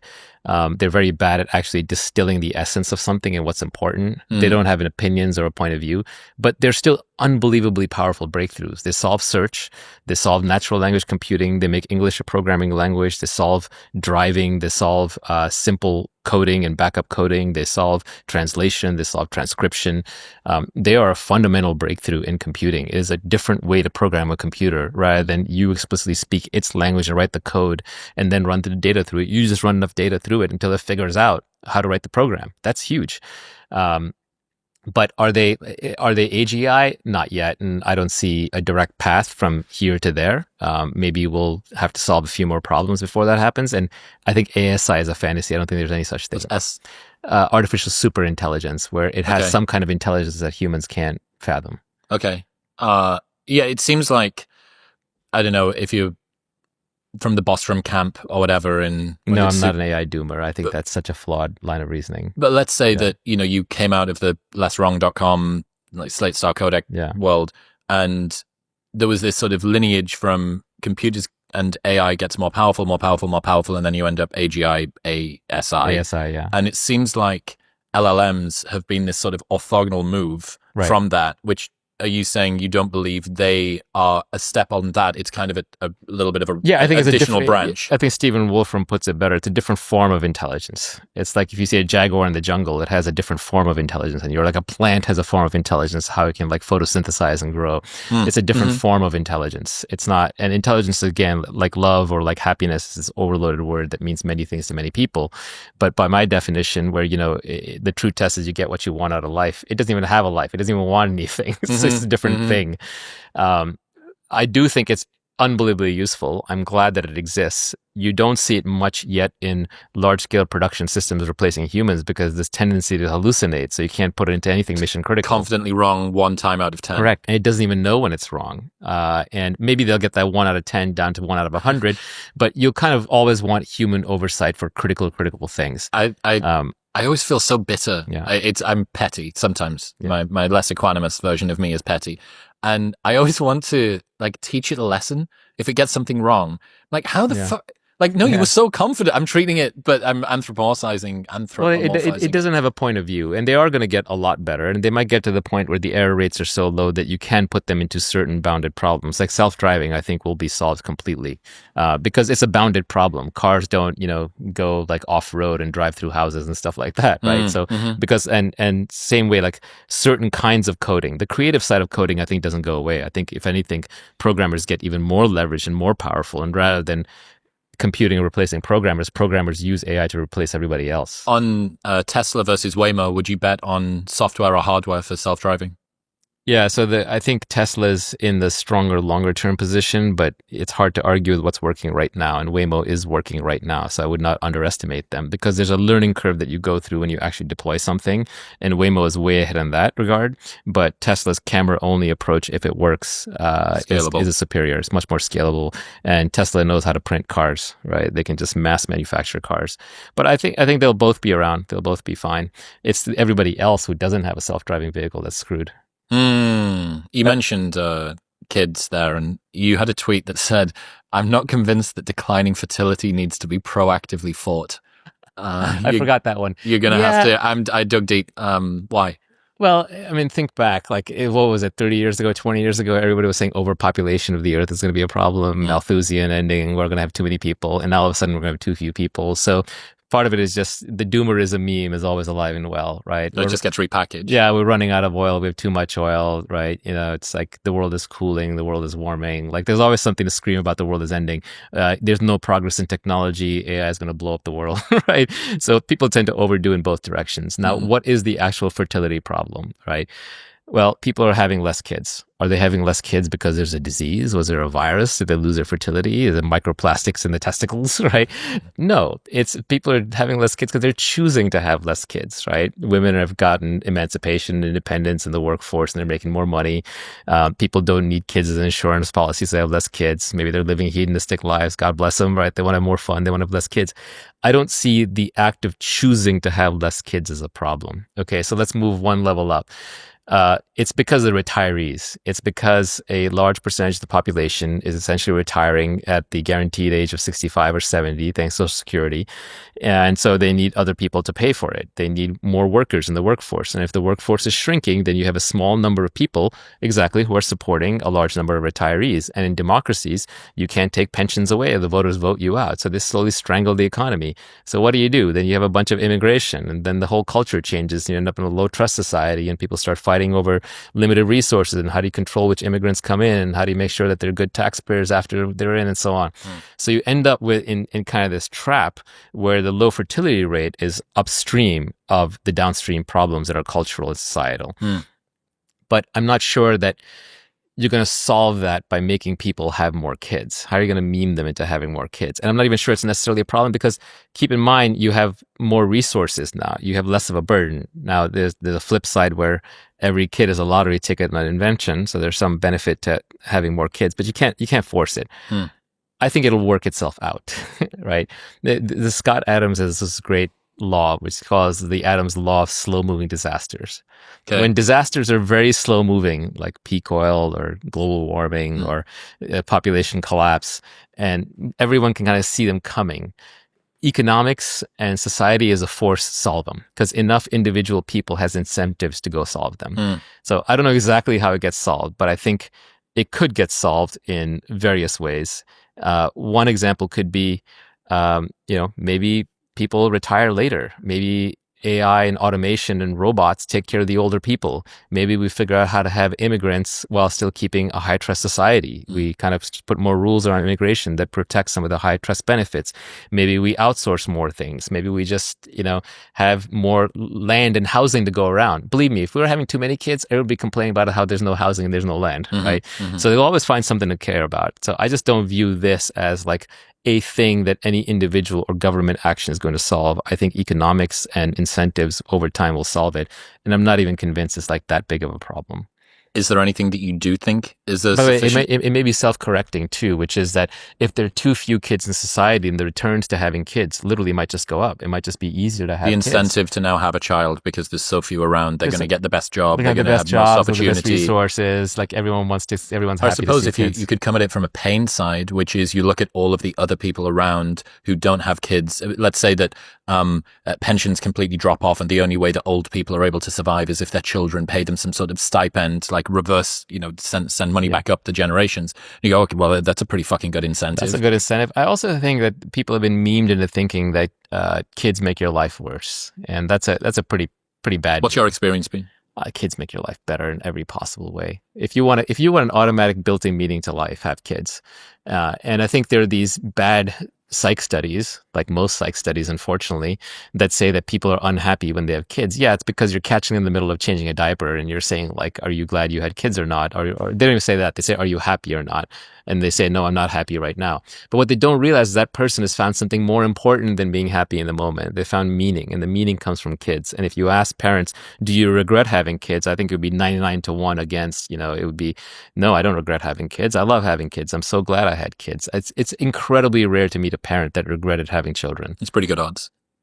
It's extremely good odds. And I think a lot of people get late into life, and then they can't admit that they didn't want kids, that they should have had kids. It's kind of late in the game. But a lot of times you see everybody who has a pet, right? And they're pushing them around in a stroller, right? What is that? That's a sublimated desire for children. Yeah, Malcolm Collins says that having a pet is to children as using porn is to sex. He basically thinks that it's sort of a surrogate. It's definitely in that direction. Yeah. And I like pets. I like animals. But I don't like the idea of like neutering or spaying something and then keeping it as a prisoner in the house and having to train it. It's just, I don't want to be responsible for that. Given that you've been thinking more about child rearing kids, what do you hope that your kids learn from their childhood? They should just be happy and do what they want. I don't have particular goals in mind for them. I think that's another route to unhappiness. That's different though, right? Than learn versus goals. It's not necessarily what do they want. What do you want them to want out of life? Like, what is it that you had that idea around?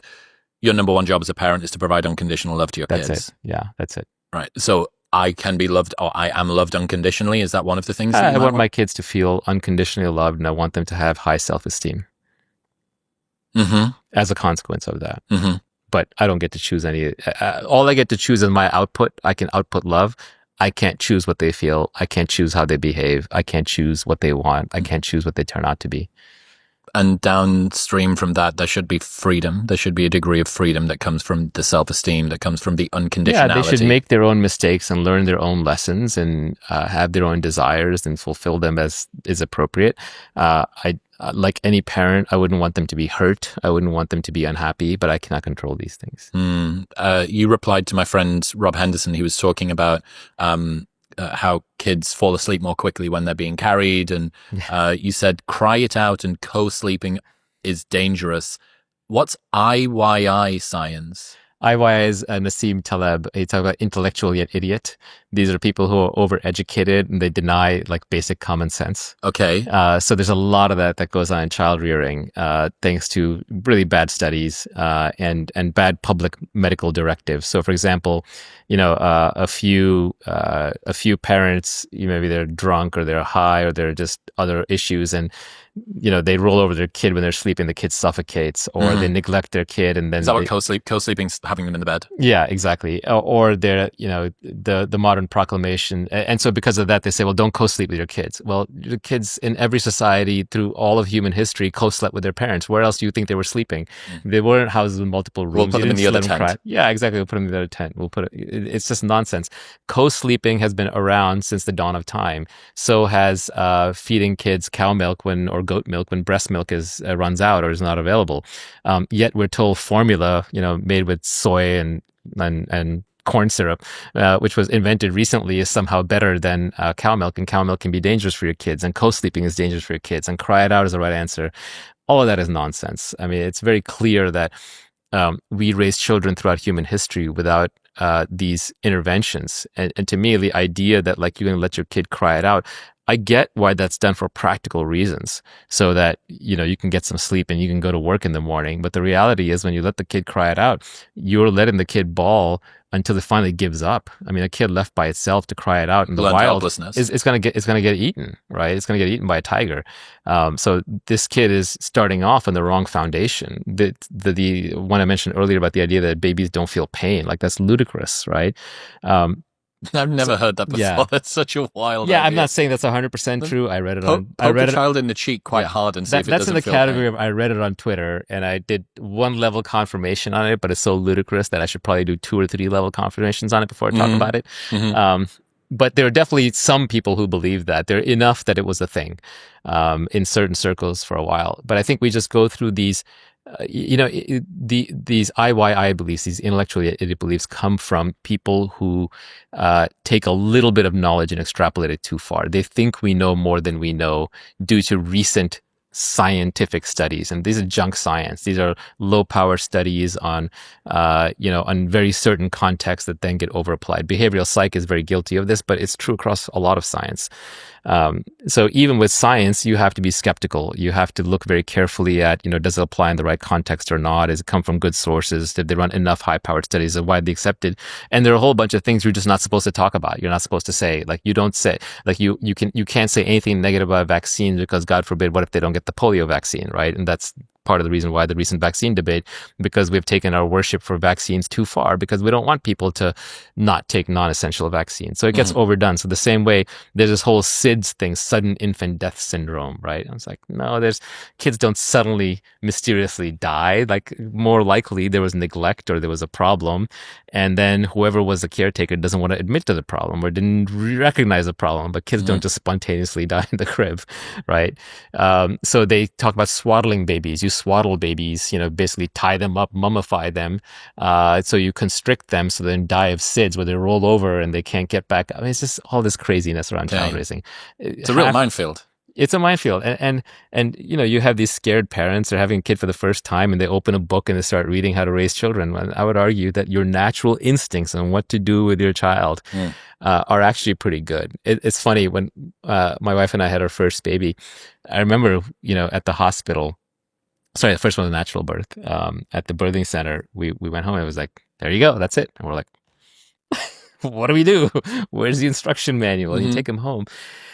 And then you relax and you realize, actually, instincts are pretty good. If the kid cries, check to see the clean, feed them, all that. It's like your basic instincts are actually very, very good. And kids' instincts are actually very, very good. They know what they want, and they want things for a reason. And they can encourage you to give it to them. Yes. It's usually, children are not deficient adults who can't reason. And to some extent that's true, but mostly it's not true. Mostly they have very good reasons for what they want. And you as a parent mostly have communication problems with them. They can't yet communicate to you. You can't communicate to them. They can't communicate to you. So early on with my kids, I tried to focus on teaching them, basic explanatory theories, as opposed to having them memorize things. It's just the most yeah, the most Naval solution. No, but I'll give you a very simple example. Right. Okay. So this is Twitter. Yeah. And exactly, this is the how to get rich without getting lucky thread. Right. So the first one. Well, a simple one is, how does knowledge get created? If you follow the critical rationalism David Deutsch philosophy, then it's by guessing and then by testing your guesses.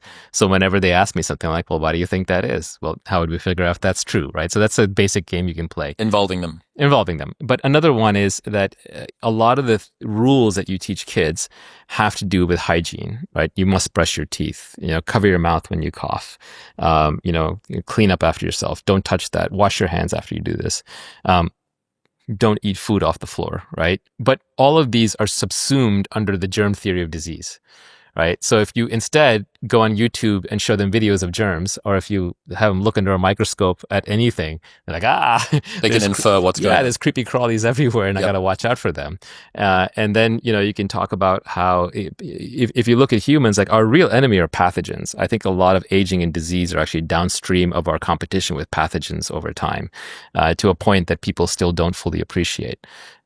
There's a Red Queen hypothesis, which is that we undergo sexual selection to mix up our genes. And so every 20 years, every generation mix up your genes. But if you look at how bacteria and viruses mutate through just random mutations, their mix-up rate on their genes and evolution rate is roughly the same as ours, even though they go through thousands of generations, those 20 years, because they're not doing sexual selection, they're doing asexual replication and mutation.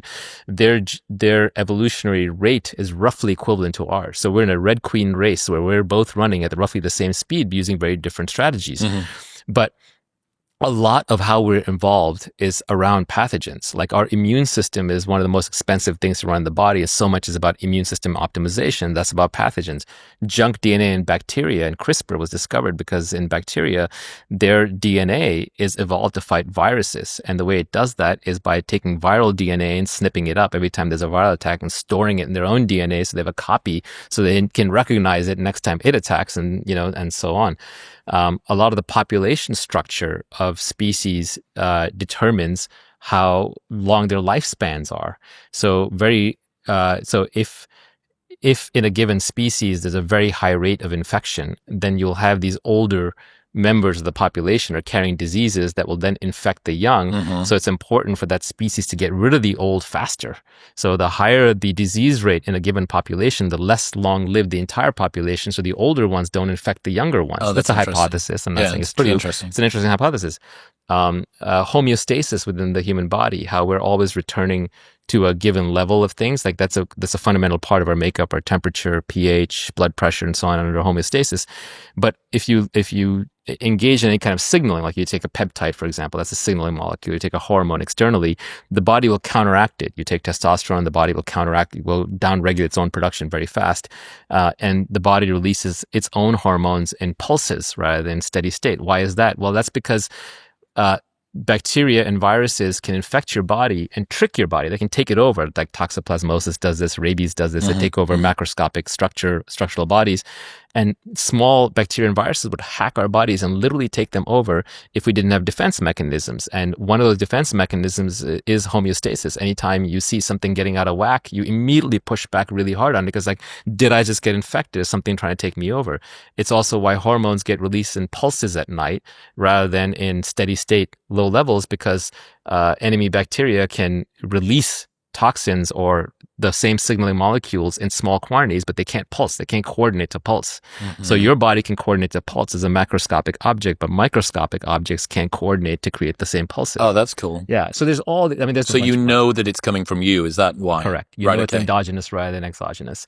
So I never knew that. And that's why we resist a lot of exogenous treatments. A lot of our medical treatments don't work. Anyway, so there's a bunch more I could go on, but I think that a lot of you see this in cancers where a lot of bacteria show up. Like the Epstein-Barr virus shows up in a lot of cancers, and now it seems like the gut microbiome influences so many things.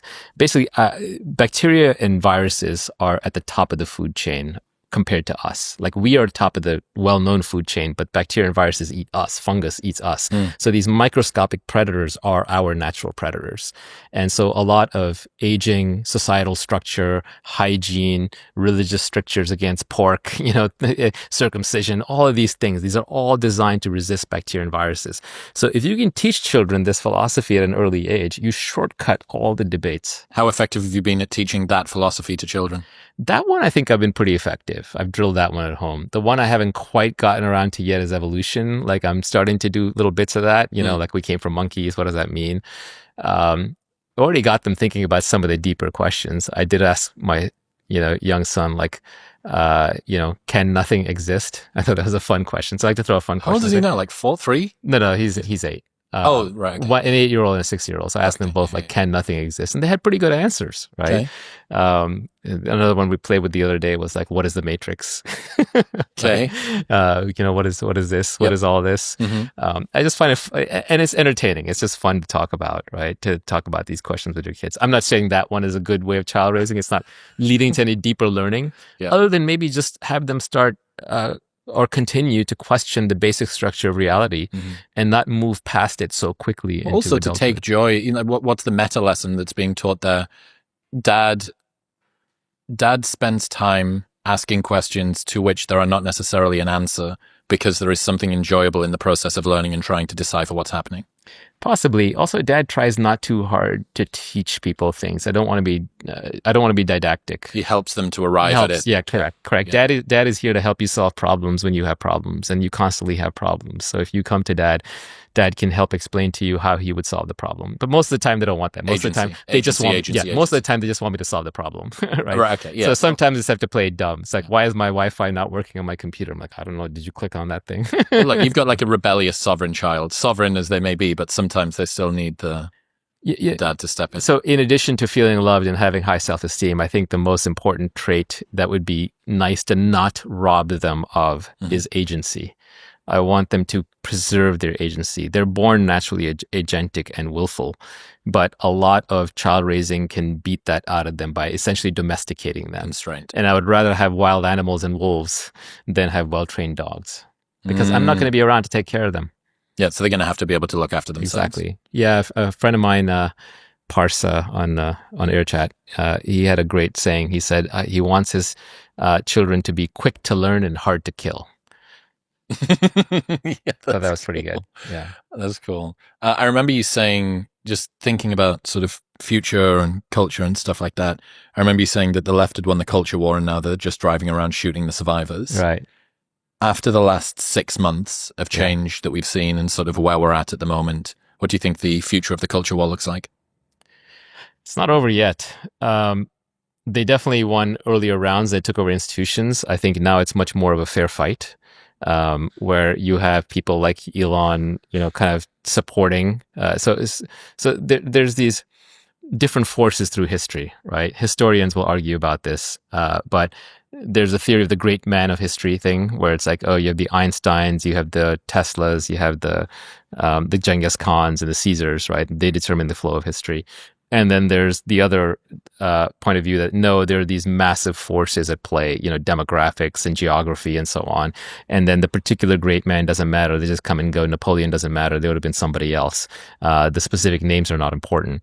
And because of kind of the leftist turn that our institutions took in the last few decades, they now only subscribe to the great forces theory of history, not the great man theory of history. But I think now we're seeing the two play out, where you're seeing, Trump and Elon and other individuals rising up and saying, no, we resist. Yeah, that's interesting. And I think that unfortunately, and so the battle between kind of these collectivists and great forces versus individuals, it's as old as humanity itself. And it is fundamental to the species. We are not a completely individualistic species. No man is an island. A single person can't do anything by themselves. But we're also not a Borg. We're not a beehive. We're not an ant colony. We're not all just drones marching along.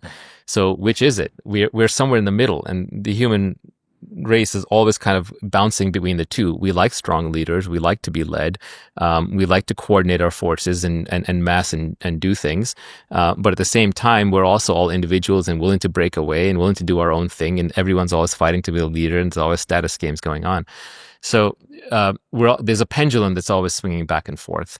And in modern economics, the way that manifests is between sort of Marxism and capitalism, right? Marxism is like from each according to his ability to each according to his needs. We're all equal. There's a millennial project. We're all going to be equal in the end. And don't try and stand out, but do what's good for everybody. And there's a religious aspect to it. And then the capitalist individualist is like libertarian, every man for himself. You just each do what you want and it'll work out for the greater good. That's Adam Smith. The invisible hand of the market will feed you. The baker should bake and the butcher should butcher and the candlestick maker should make candlesticks, and it'll all work out. Each person does their best and they trade. And so which is it? Which theory is correct? And I think there's always going to be a battle between the two. And I think the interesting thing is what's going on. There's a modern flavor to it, which changes it. The modern flavor is that the individual is getting more powerful because they're becoming more leverage. So someone like an Elon Musk can have the leverage of tens of thousands of brilliant engineers and producers working for him. He can have factories of robots manufacturing things. He can have hundreds of billions of dollars of capital behind him, and he can project himself through media to hundreds of millions of people. That is more power than any individual could have had historically. So the great men of history are becoming greater. That said, that same leverage is increasing the gap between the haves and have-nots. So in the wealth game, more people are winning overall and the average is going up. But in the status game, there are essentially more losers. There are more invisible men and women who are getting nothing out of life and have no leverage, relatively speaking. Objectively speaking, they might be better off. They still have phones and they still have TVs. And we're not absolutist creatures, Correct. Though. We're relative creatures. Correct. And so to the extent that we're relative creatures, there are more losers than winners. And in a democracy, those people will outnumber the winners and they will vote the winners down. Yep. And so that's the battle that kind of goes on. And the democracy has gotten very broad. And so one of my other quips is that it's not the right to vote that gives you power. It's power that gives you the right to vote. So we've confused the two. So what happened was, voting started as a way for people who had power to divide up the power and not fight amongst themselves. The winners of the revolution, the winners of the war, the people in the House of Lords and the House of Commons, they divide up power amongst themselves. They say, hey, we have all the money, we have the power, we are the knights, we have the swords, we have the warriors, we could kill everybody, but we don't want to just fight each other all day long. We don't want to be Game of Thrones forever. So we're going to divide up power by voting amongst ourselves. But then as society goes on and becomes more and more peaceful, that franchise for voting gets spread. It gets spread to people who don't have land, who don't have power, who may not be able to inflict physical violence. And then eventually you get to the point where everybody's voting. Everybody's voting, and everybody's voting for candy and fairies and, all the free things in life. Mm-hmm. And then eventually people start voting to oppress each other. The 51% in any domain vote to oppress the 49. It's the tyranny of the majority. But not all of them are willing to back that up with physical power. And so you can end up in a situation where people who don't have physical power are using the institutions of the state to control the people who do have physical power. Mm-hmm. As a simple example, taking the United States, the people who don't have guns, voting to disarm the people that do have guns, right? Well, if the people who do have guns get coordinated and care enough, you can't do that, right? So I think eventually these societal structures are unstable. They break down. And they break down because eventually the people who have the power and say, no, wait a minute, you don't get to vote. You only got to vote because you had power, and now you don't have power and you're somehow trying to vote. All of nature, all of society, all of capitalism, all of human endeavors are underpinned by physical violence. And that is very hard truth to swallow and hard to get away from. Nature is red in tooth and claw. If you don't fight, you don't survive, you don't live, you die. And that's true of everything alive today. And humans are no different. So giving up physical power and then thinking you can exercise political power fails, which is why every communist revolution, which is all about equality and kumbaya and brothers and sisters, end up being run by a bunch of thugs. Because if you don't have a way to divide up the wealth based on merit, then it's always going to be based on power and influence. The thugs with the guns always win in the end. So the question is just, can you keep the thugs and with the guns paid and happy and successful society where you're allocating based on merit? Because if you can't, then you're going to do it based on power. So I do think that this battle is not over, but that's because it never stopped. It's always been there from day one. It will continue. Is it a battle to not care about the news in an age of news saturation? All of this stuff, headlines, 24 hours a day, streamed directly into your consciousness through a device in your pocket. You know, a lot of what we've spoken about today is freedom from having to think about things or care about things that you do not have control over, or that you shouldn't, or that you don't want to. And yet people are just like submerged up to the bottom of their nostrils, basically drowning in worry. So how, is it a battle to sort of stay out of the news when you're saturated in it? Yeah. I mean, as you're saying, the human brain is not evolved to handle all the world's emergencies breaking in real time. And you can't care about everything, and you'll go insane if you try. Doesn't mean you shouldn't care at all. There's no should. I mean, if you want to care, go ahead and care. I would just say that you're probably better off only caring about things that are local or things that you can affect. So if you really care about something that's in the news, then by all means care about it, but make a difference. Go do something about it, and make sure that it's your overwhelming desire and you don't have 5 other desires at the same time. Also, just realize the consequences of it. You're going to be unhappy until that thing gets fixed, and that thing will often be out of your control. Desire is a contract to be unhappy until you get what you want. But exactly, for the most part, that's something that is in your life. It's like, till I lose the weight, until I get the job. It can be outside too. If it's until the carbon dioxide parts per million are below this particular number, it's like, that's a tough one. Or all the people with Trump derangement syndrome, right? He's living rent free in their heads and driving them insane. And I get it. I mean, there are politicians who have definitely driven me insane as well. But it comes at a very high cost, and it's something that is out of your control that you cannot really influence. So it's probably good to at least be conscious of it. You mentioned historians before. One of my friends has a question, his equivalent of Peter Thiel's question of what is it that you believe that most people would disagree with? His is, what do you think is currently ignored by the media but will be studied by historians? You're asking me that question right now? What do I think is ignored by the media but will be studied by historians? Well, I mean, the media is only focused on very timely things, right? So it depends if you want to talk about timely or timeless, right? But as a simple example, if I just look at things that maybe the next 5 or 10 years that are going to make a massive difference that people are not focused enough on, and I think within 2 years this will be obvious. So like I make a prediction, and predictions are tough. But you're going to have to eat it in a few years. Yeah, I'm going to have to eat this in a few years. So I'm probably wrong. But 2 things that I pay attention to that I don't think a lot of people do pay attention to. Well, there's a couple. One is, I think, just how bad modern medicine is. I think people just put a lot more faith in modern medicine than is warranted. Like, our best ideas for a lot of things are surgery, just cutting things out, right? Treating things that are extraneous, like, oh, you don't really need a gallbladder, you don't really need an appendix, or you don't really need tonsils. Oh, that's false. Surplus requirement. Human body is very, very efficient. All those things are needed. So I think the state of modern medicine is still pretty bad. We don't have many good explanatory theories in biology. We have germ theory disease. We have evolution, we have cell theory, we have DNA, genetics, morphogenesis, embryogenesis, and not much else. There's not much else. Everything else is rules of thumb, memorization. A affects B because affects C affects D, but we don't understand the underlying explanation. It's all just words pointing to words pointing to words. So biology is still in a very sorry state, and because we are not allowed to take risk that might kill people, we just don't experiment enough in biology. So a lot of treatments are just outright banned by large regulatory bodies. So we just don't have the innovation.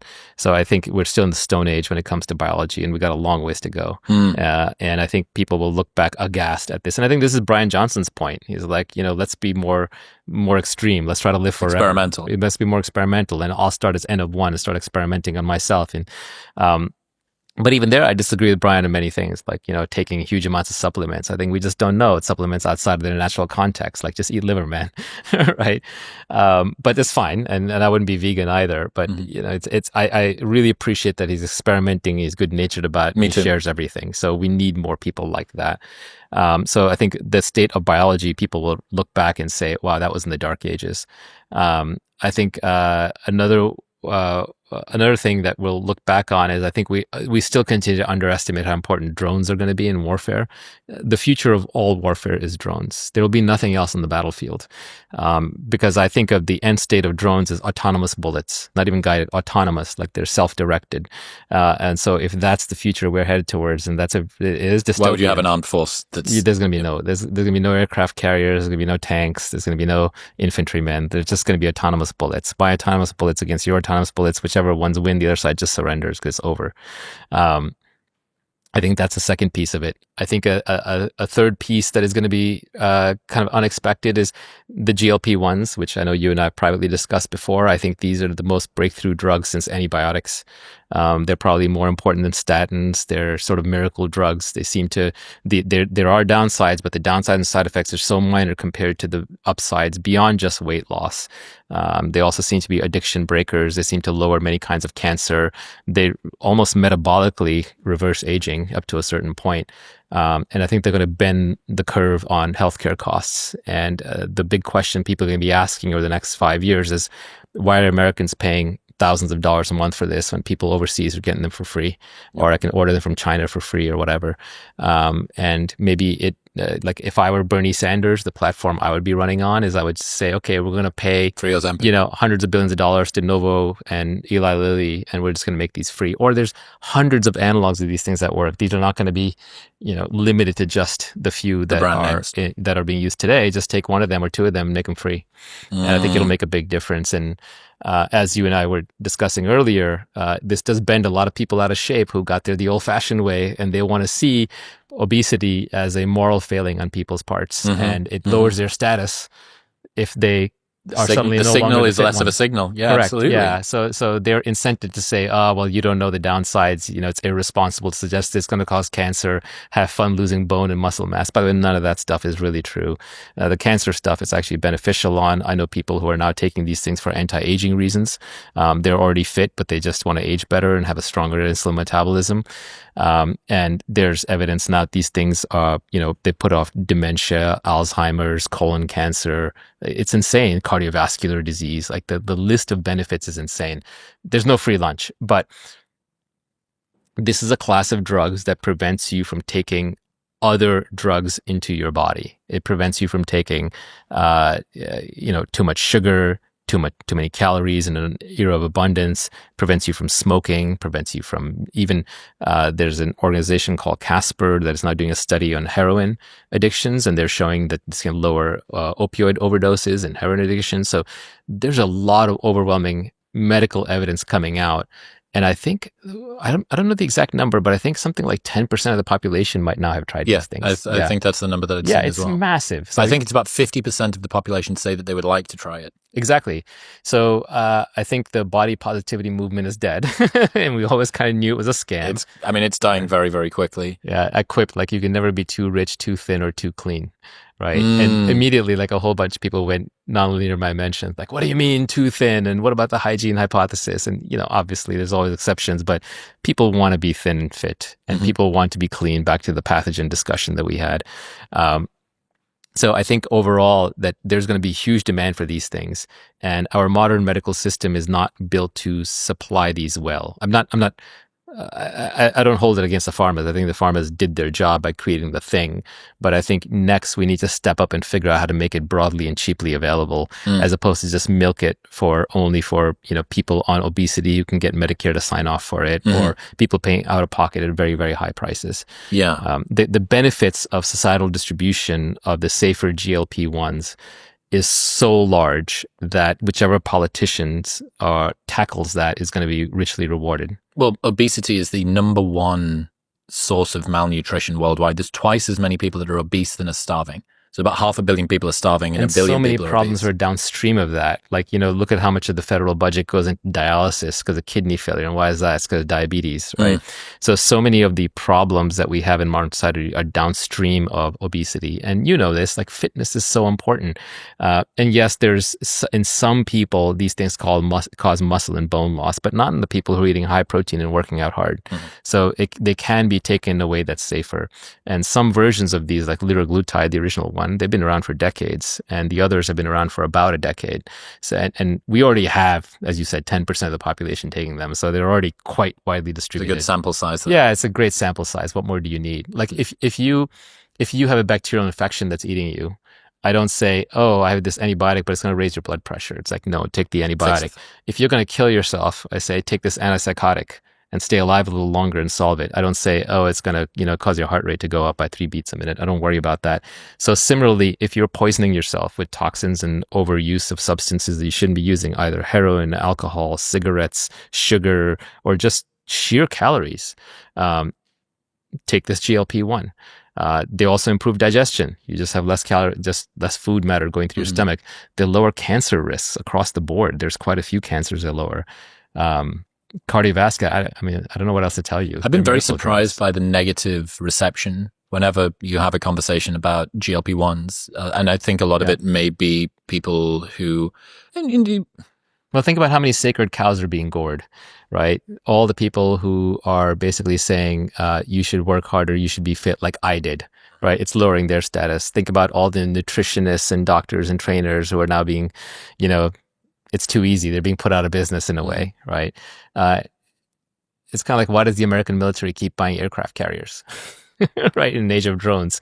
There's an incentive bias. There's a very strong motivated reasoning. But it doesn't matter. 10% people are on it. Everybody wants to be fit. It's going to spread like wildfire. I was just thinking as you were talking there, when we think about health, and a lot of people kind of get captured by the way that they were brought up, the habits that they had from their childhood, or what mom and dad did, or genetic predisposition and stuff like that. I think you have as many reasons as many people to sort of feel hard done by challenges that you had earlier on in your life. Is getting past your past a skill, sort of not being owned today by your history, sort of not having that victimhood mentality? Yeah, I did have a tough childhood, but I don't think about it. I think there are a couple of things going on there. One is I did process it quite a bit. I thought about it, but I thought about it to get rid of it. I didn't think about it to dwell on it or to indulge. I wanted to be successful. I wanted more than anything else to rise past that. And so I couldn't have that as a burden on me. So I had to get rid of it. So to the extent that I dealt with it, it was for the express purpose of getting rid of it, not to create an identity or story or to reflect upon it or to say, look at me, look at what I've accomplished and look how great I am and what I've done. So I got rid of it. And I think at some point you wrestle with that thing and then you just realize like you're never going to untangle the whole thing. It's a Gordian knot problem. Like Alexander, found that tangled knot in India and it said, oh, the famous conqueror will come and will untie this knot. Nobody else can untie the knot. And he took one look at it, pulled out his sword and just cut it.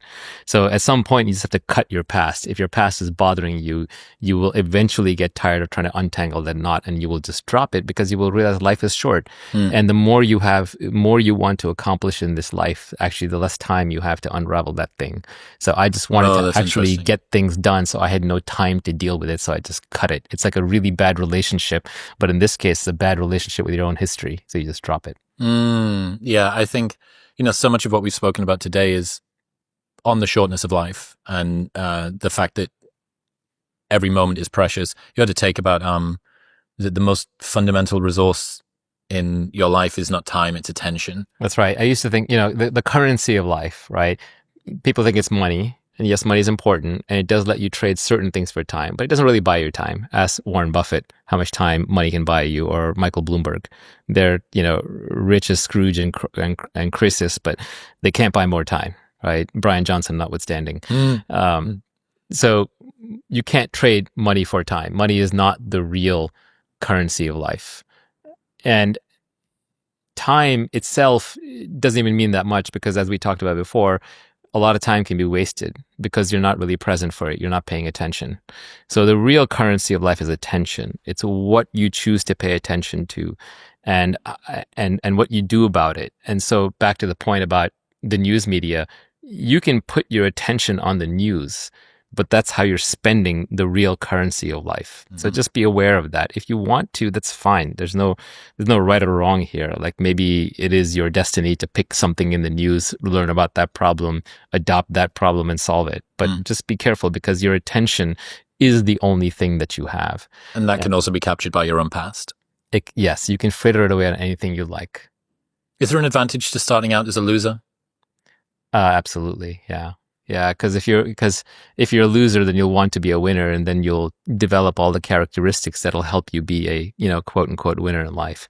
That said, I wouldn't sentence my kids to it. Like I don't think you can artificially do that. It's sort of like imagine that you were 300 years ago you're born a serf, and then somehow you manage to escape off the farm and you become a landowner, and then eventually you become minor nobility and aristocrat. Are you going to put your kids back on the farm and say you're going to be a serf again? Mm-hmm. I know they all like those stories. The kids themselves like those stories because it says, I came from the school of hard knocks. My dad made me go shovel hay for a summer. Mm-hmm. It's not real. I mean, you're not going to trick them. I think all you can do is kind of cultivate an appreciation and gratitude for what you have. And the only way to do that is just evidence it yourself, right? Just show yourself how you spend money, how you respect it, what you do with it, how you take care of people, who you're responsible for. And the more resources you have, the greater the tribe you can take care of, the more of the tribe you can take care of. Mm-hmm. So when you have no resources, you're struggling to take care of yourself. And at that point, it's good to be selfish because you can't save somebody else if you can't even save yourself. Yes. So you take care of yourself and you become the best version of yourself. But there are too many men who are able, fit, and have some money who are doing nothing with their lives. They're just sitting at home doing nothing, just indulging in themselves. Maybe they go on dates and they get DoorDash. Like I have no respect for that. I think there's nothing worse in society than a lazy man because he's sort of leaving it all on the table. He's leaving his potential on the table. It's bad for him. So the next thing you do is you go and you have a family and you take care of your family, you take care of that tribe. Then you take care of your extended family, you take care of your cousins, brothers, uncles, grandmothers, aunts, sisters, everybody that you can. And then if you have more resources beyond that, then you go take care of your local tribe, you take care of your people. You start trying to do some good for the world. And if you have more resources than that, you go take care of an even bigger tribe. And that's how you earn both respect and self-confidence, and you live up to your potential. So the more you have, the more is rightfully expected of you. And I think it's a good compact with society when highly capable people express and flex that capability by giving more and more and by doing more and more. And society rewards them with the one thing they can't get otherwise, which is status, right? Mm-hmm. So society should give you status in exchange for it. They should say, okay, you did a good job. You took care of more people than just yourself and just the people immediately around you. And that's what an alpha male to me is. An alpha male is not the one who gets to eat first. The alpha male eats last. The alpha male feeds everybody else first and then gets to eat last. And they do that out of their own self-respect and pride. And the society rewards them by calling them an alpha and giving them status. I wonder whether some of the pushback that we've got against rich, wealthy, powerful people is disincentivizing. It is like, who was it, Zuck, who, donated money to Zuckerberg General's Hospital and they wanted to pull his name off of it. I mean, I didn't see that, but that's ridiculous. Yeah, that kind of stuff backfires, right? You should reward people for doing. Well, what were you saying before? You don't just need to, in fact, actually actively avoid castigating people if you want their behavior to change when they get something wrong. Absolutely, look at reinforcing it when they get something right. Correct. It's happening at a societal level as well. Correct. I mean, like the guys who make a lot of money and go out and buy sports teams, I wouldn't do that, right? But the one who goes out and builds a hospital or builds a rocket to take people to the moon, rescue some astronauts, you should be rewarding him for that. Mm-hmm. Naval, I really appreciate you. I hope that this has lived up to whatever weird daydreams you've been having. What have you got coming up? What can people expect from you over the next however long? Expect nothing. That's the most Naval way that we could have finished this. Dude, it's been a long time coming, and I really do appreciate you for being here today. But I do hope to deliver something. Oh, I think you have. So thank you. Thanks for having me. Thank you too. Thanks for getting in my mind, and hopefully now you're out. We'll see. It might be even worse now. You've got the real memories to stick. I don't know. The reason to win the game is to be free of it. The reason to do the podcast is to be done with it.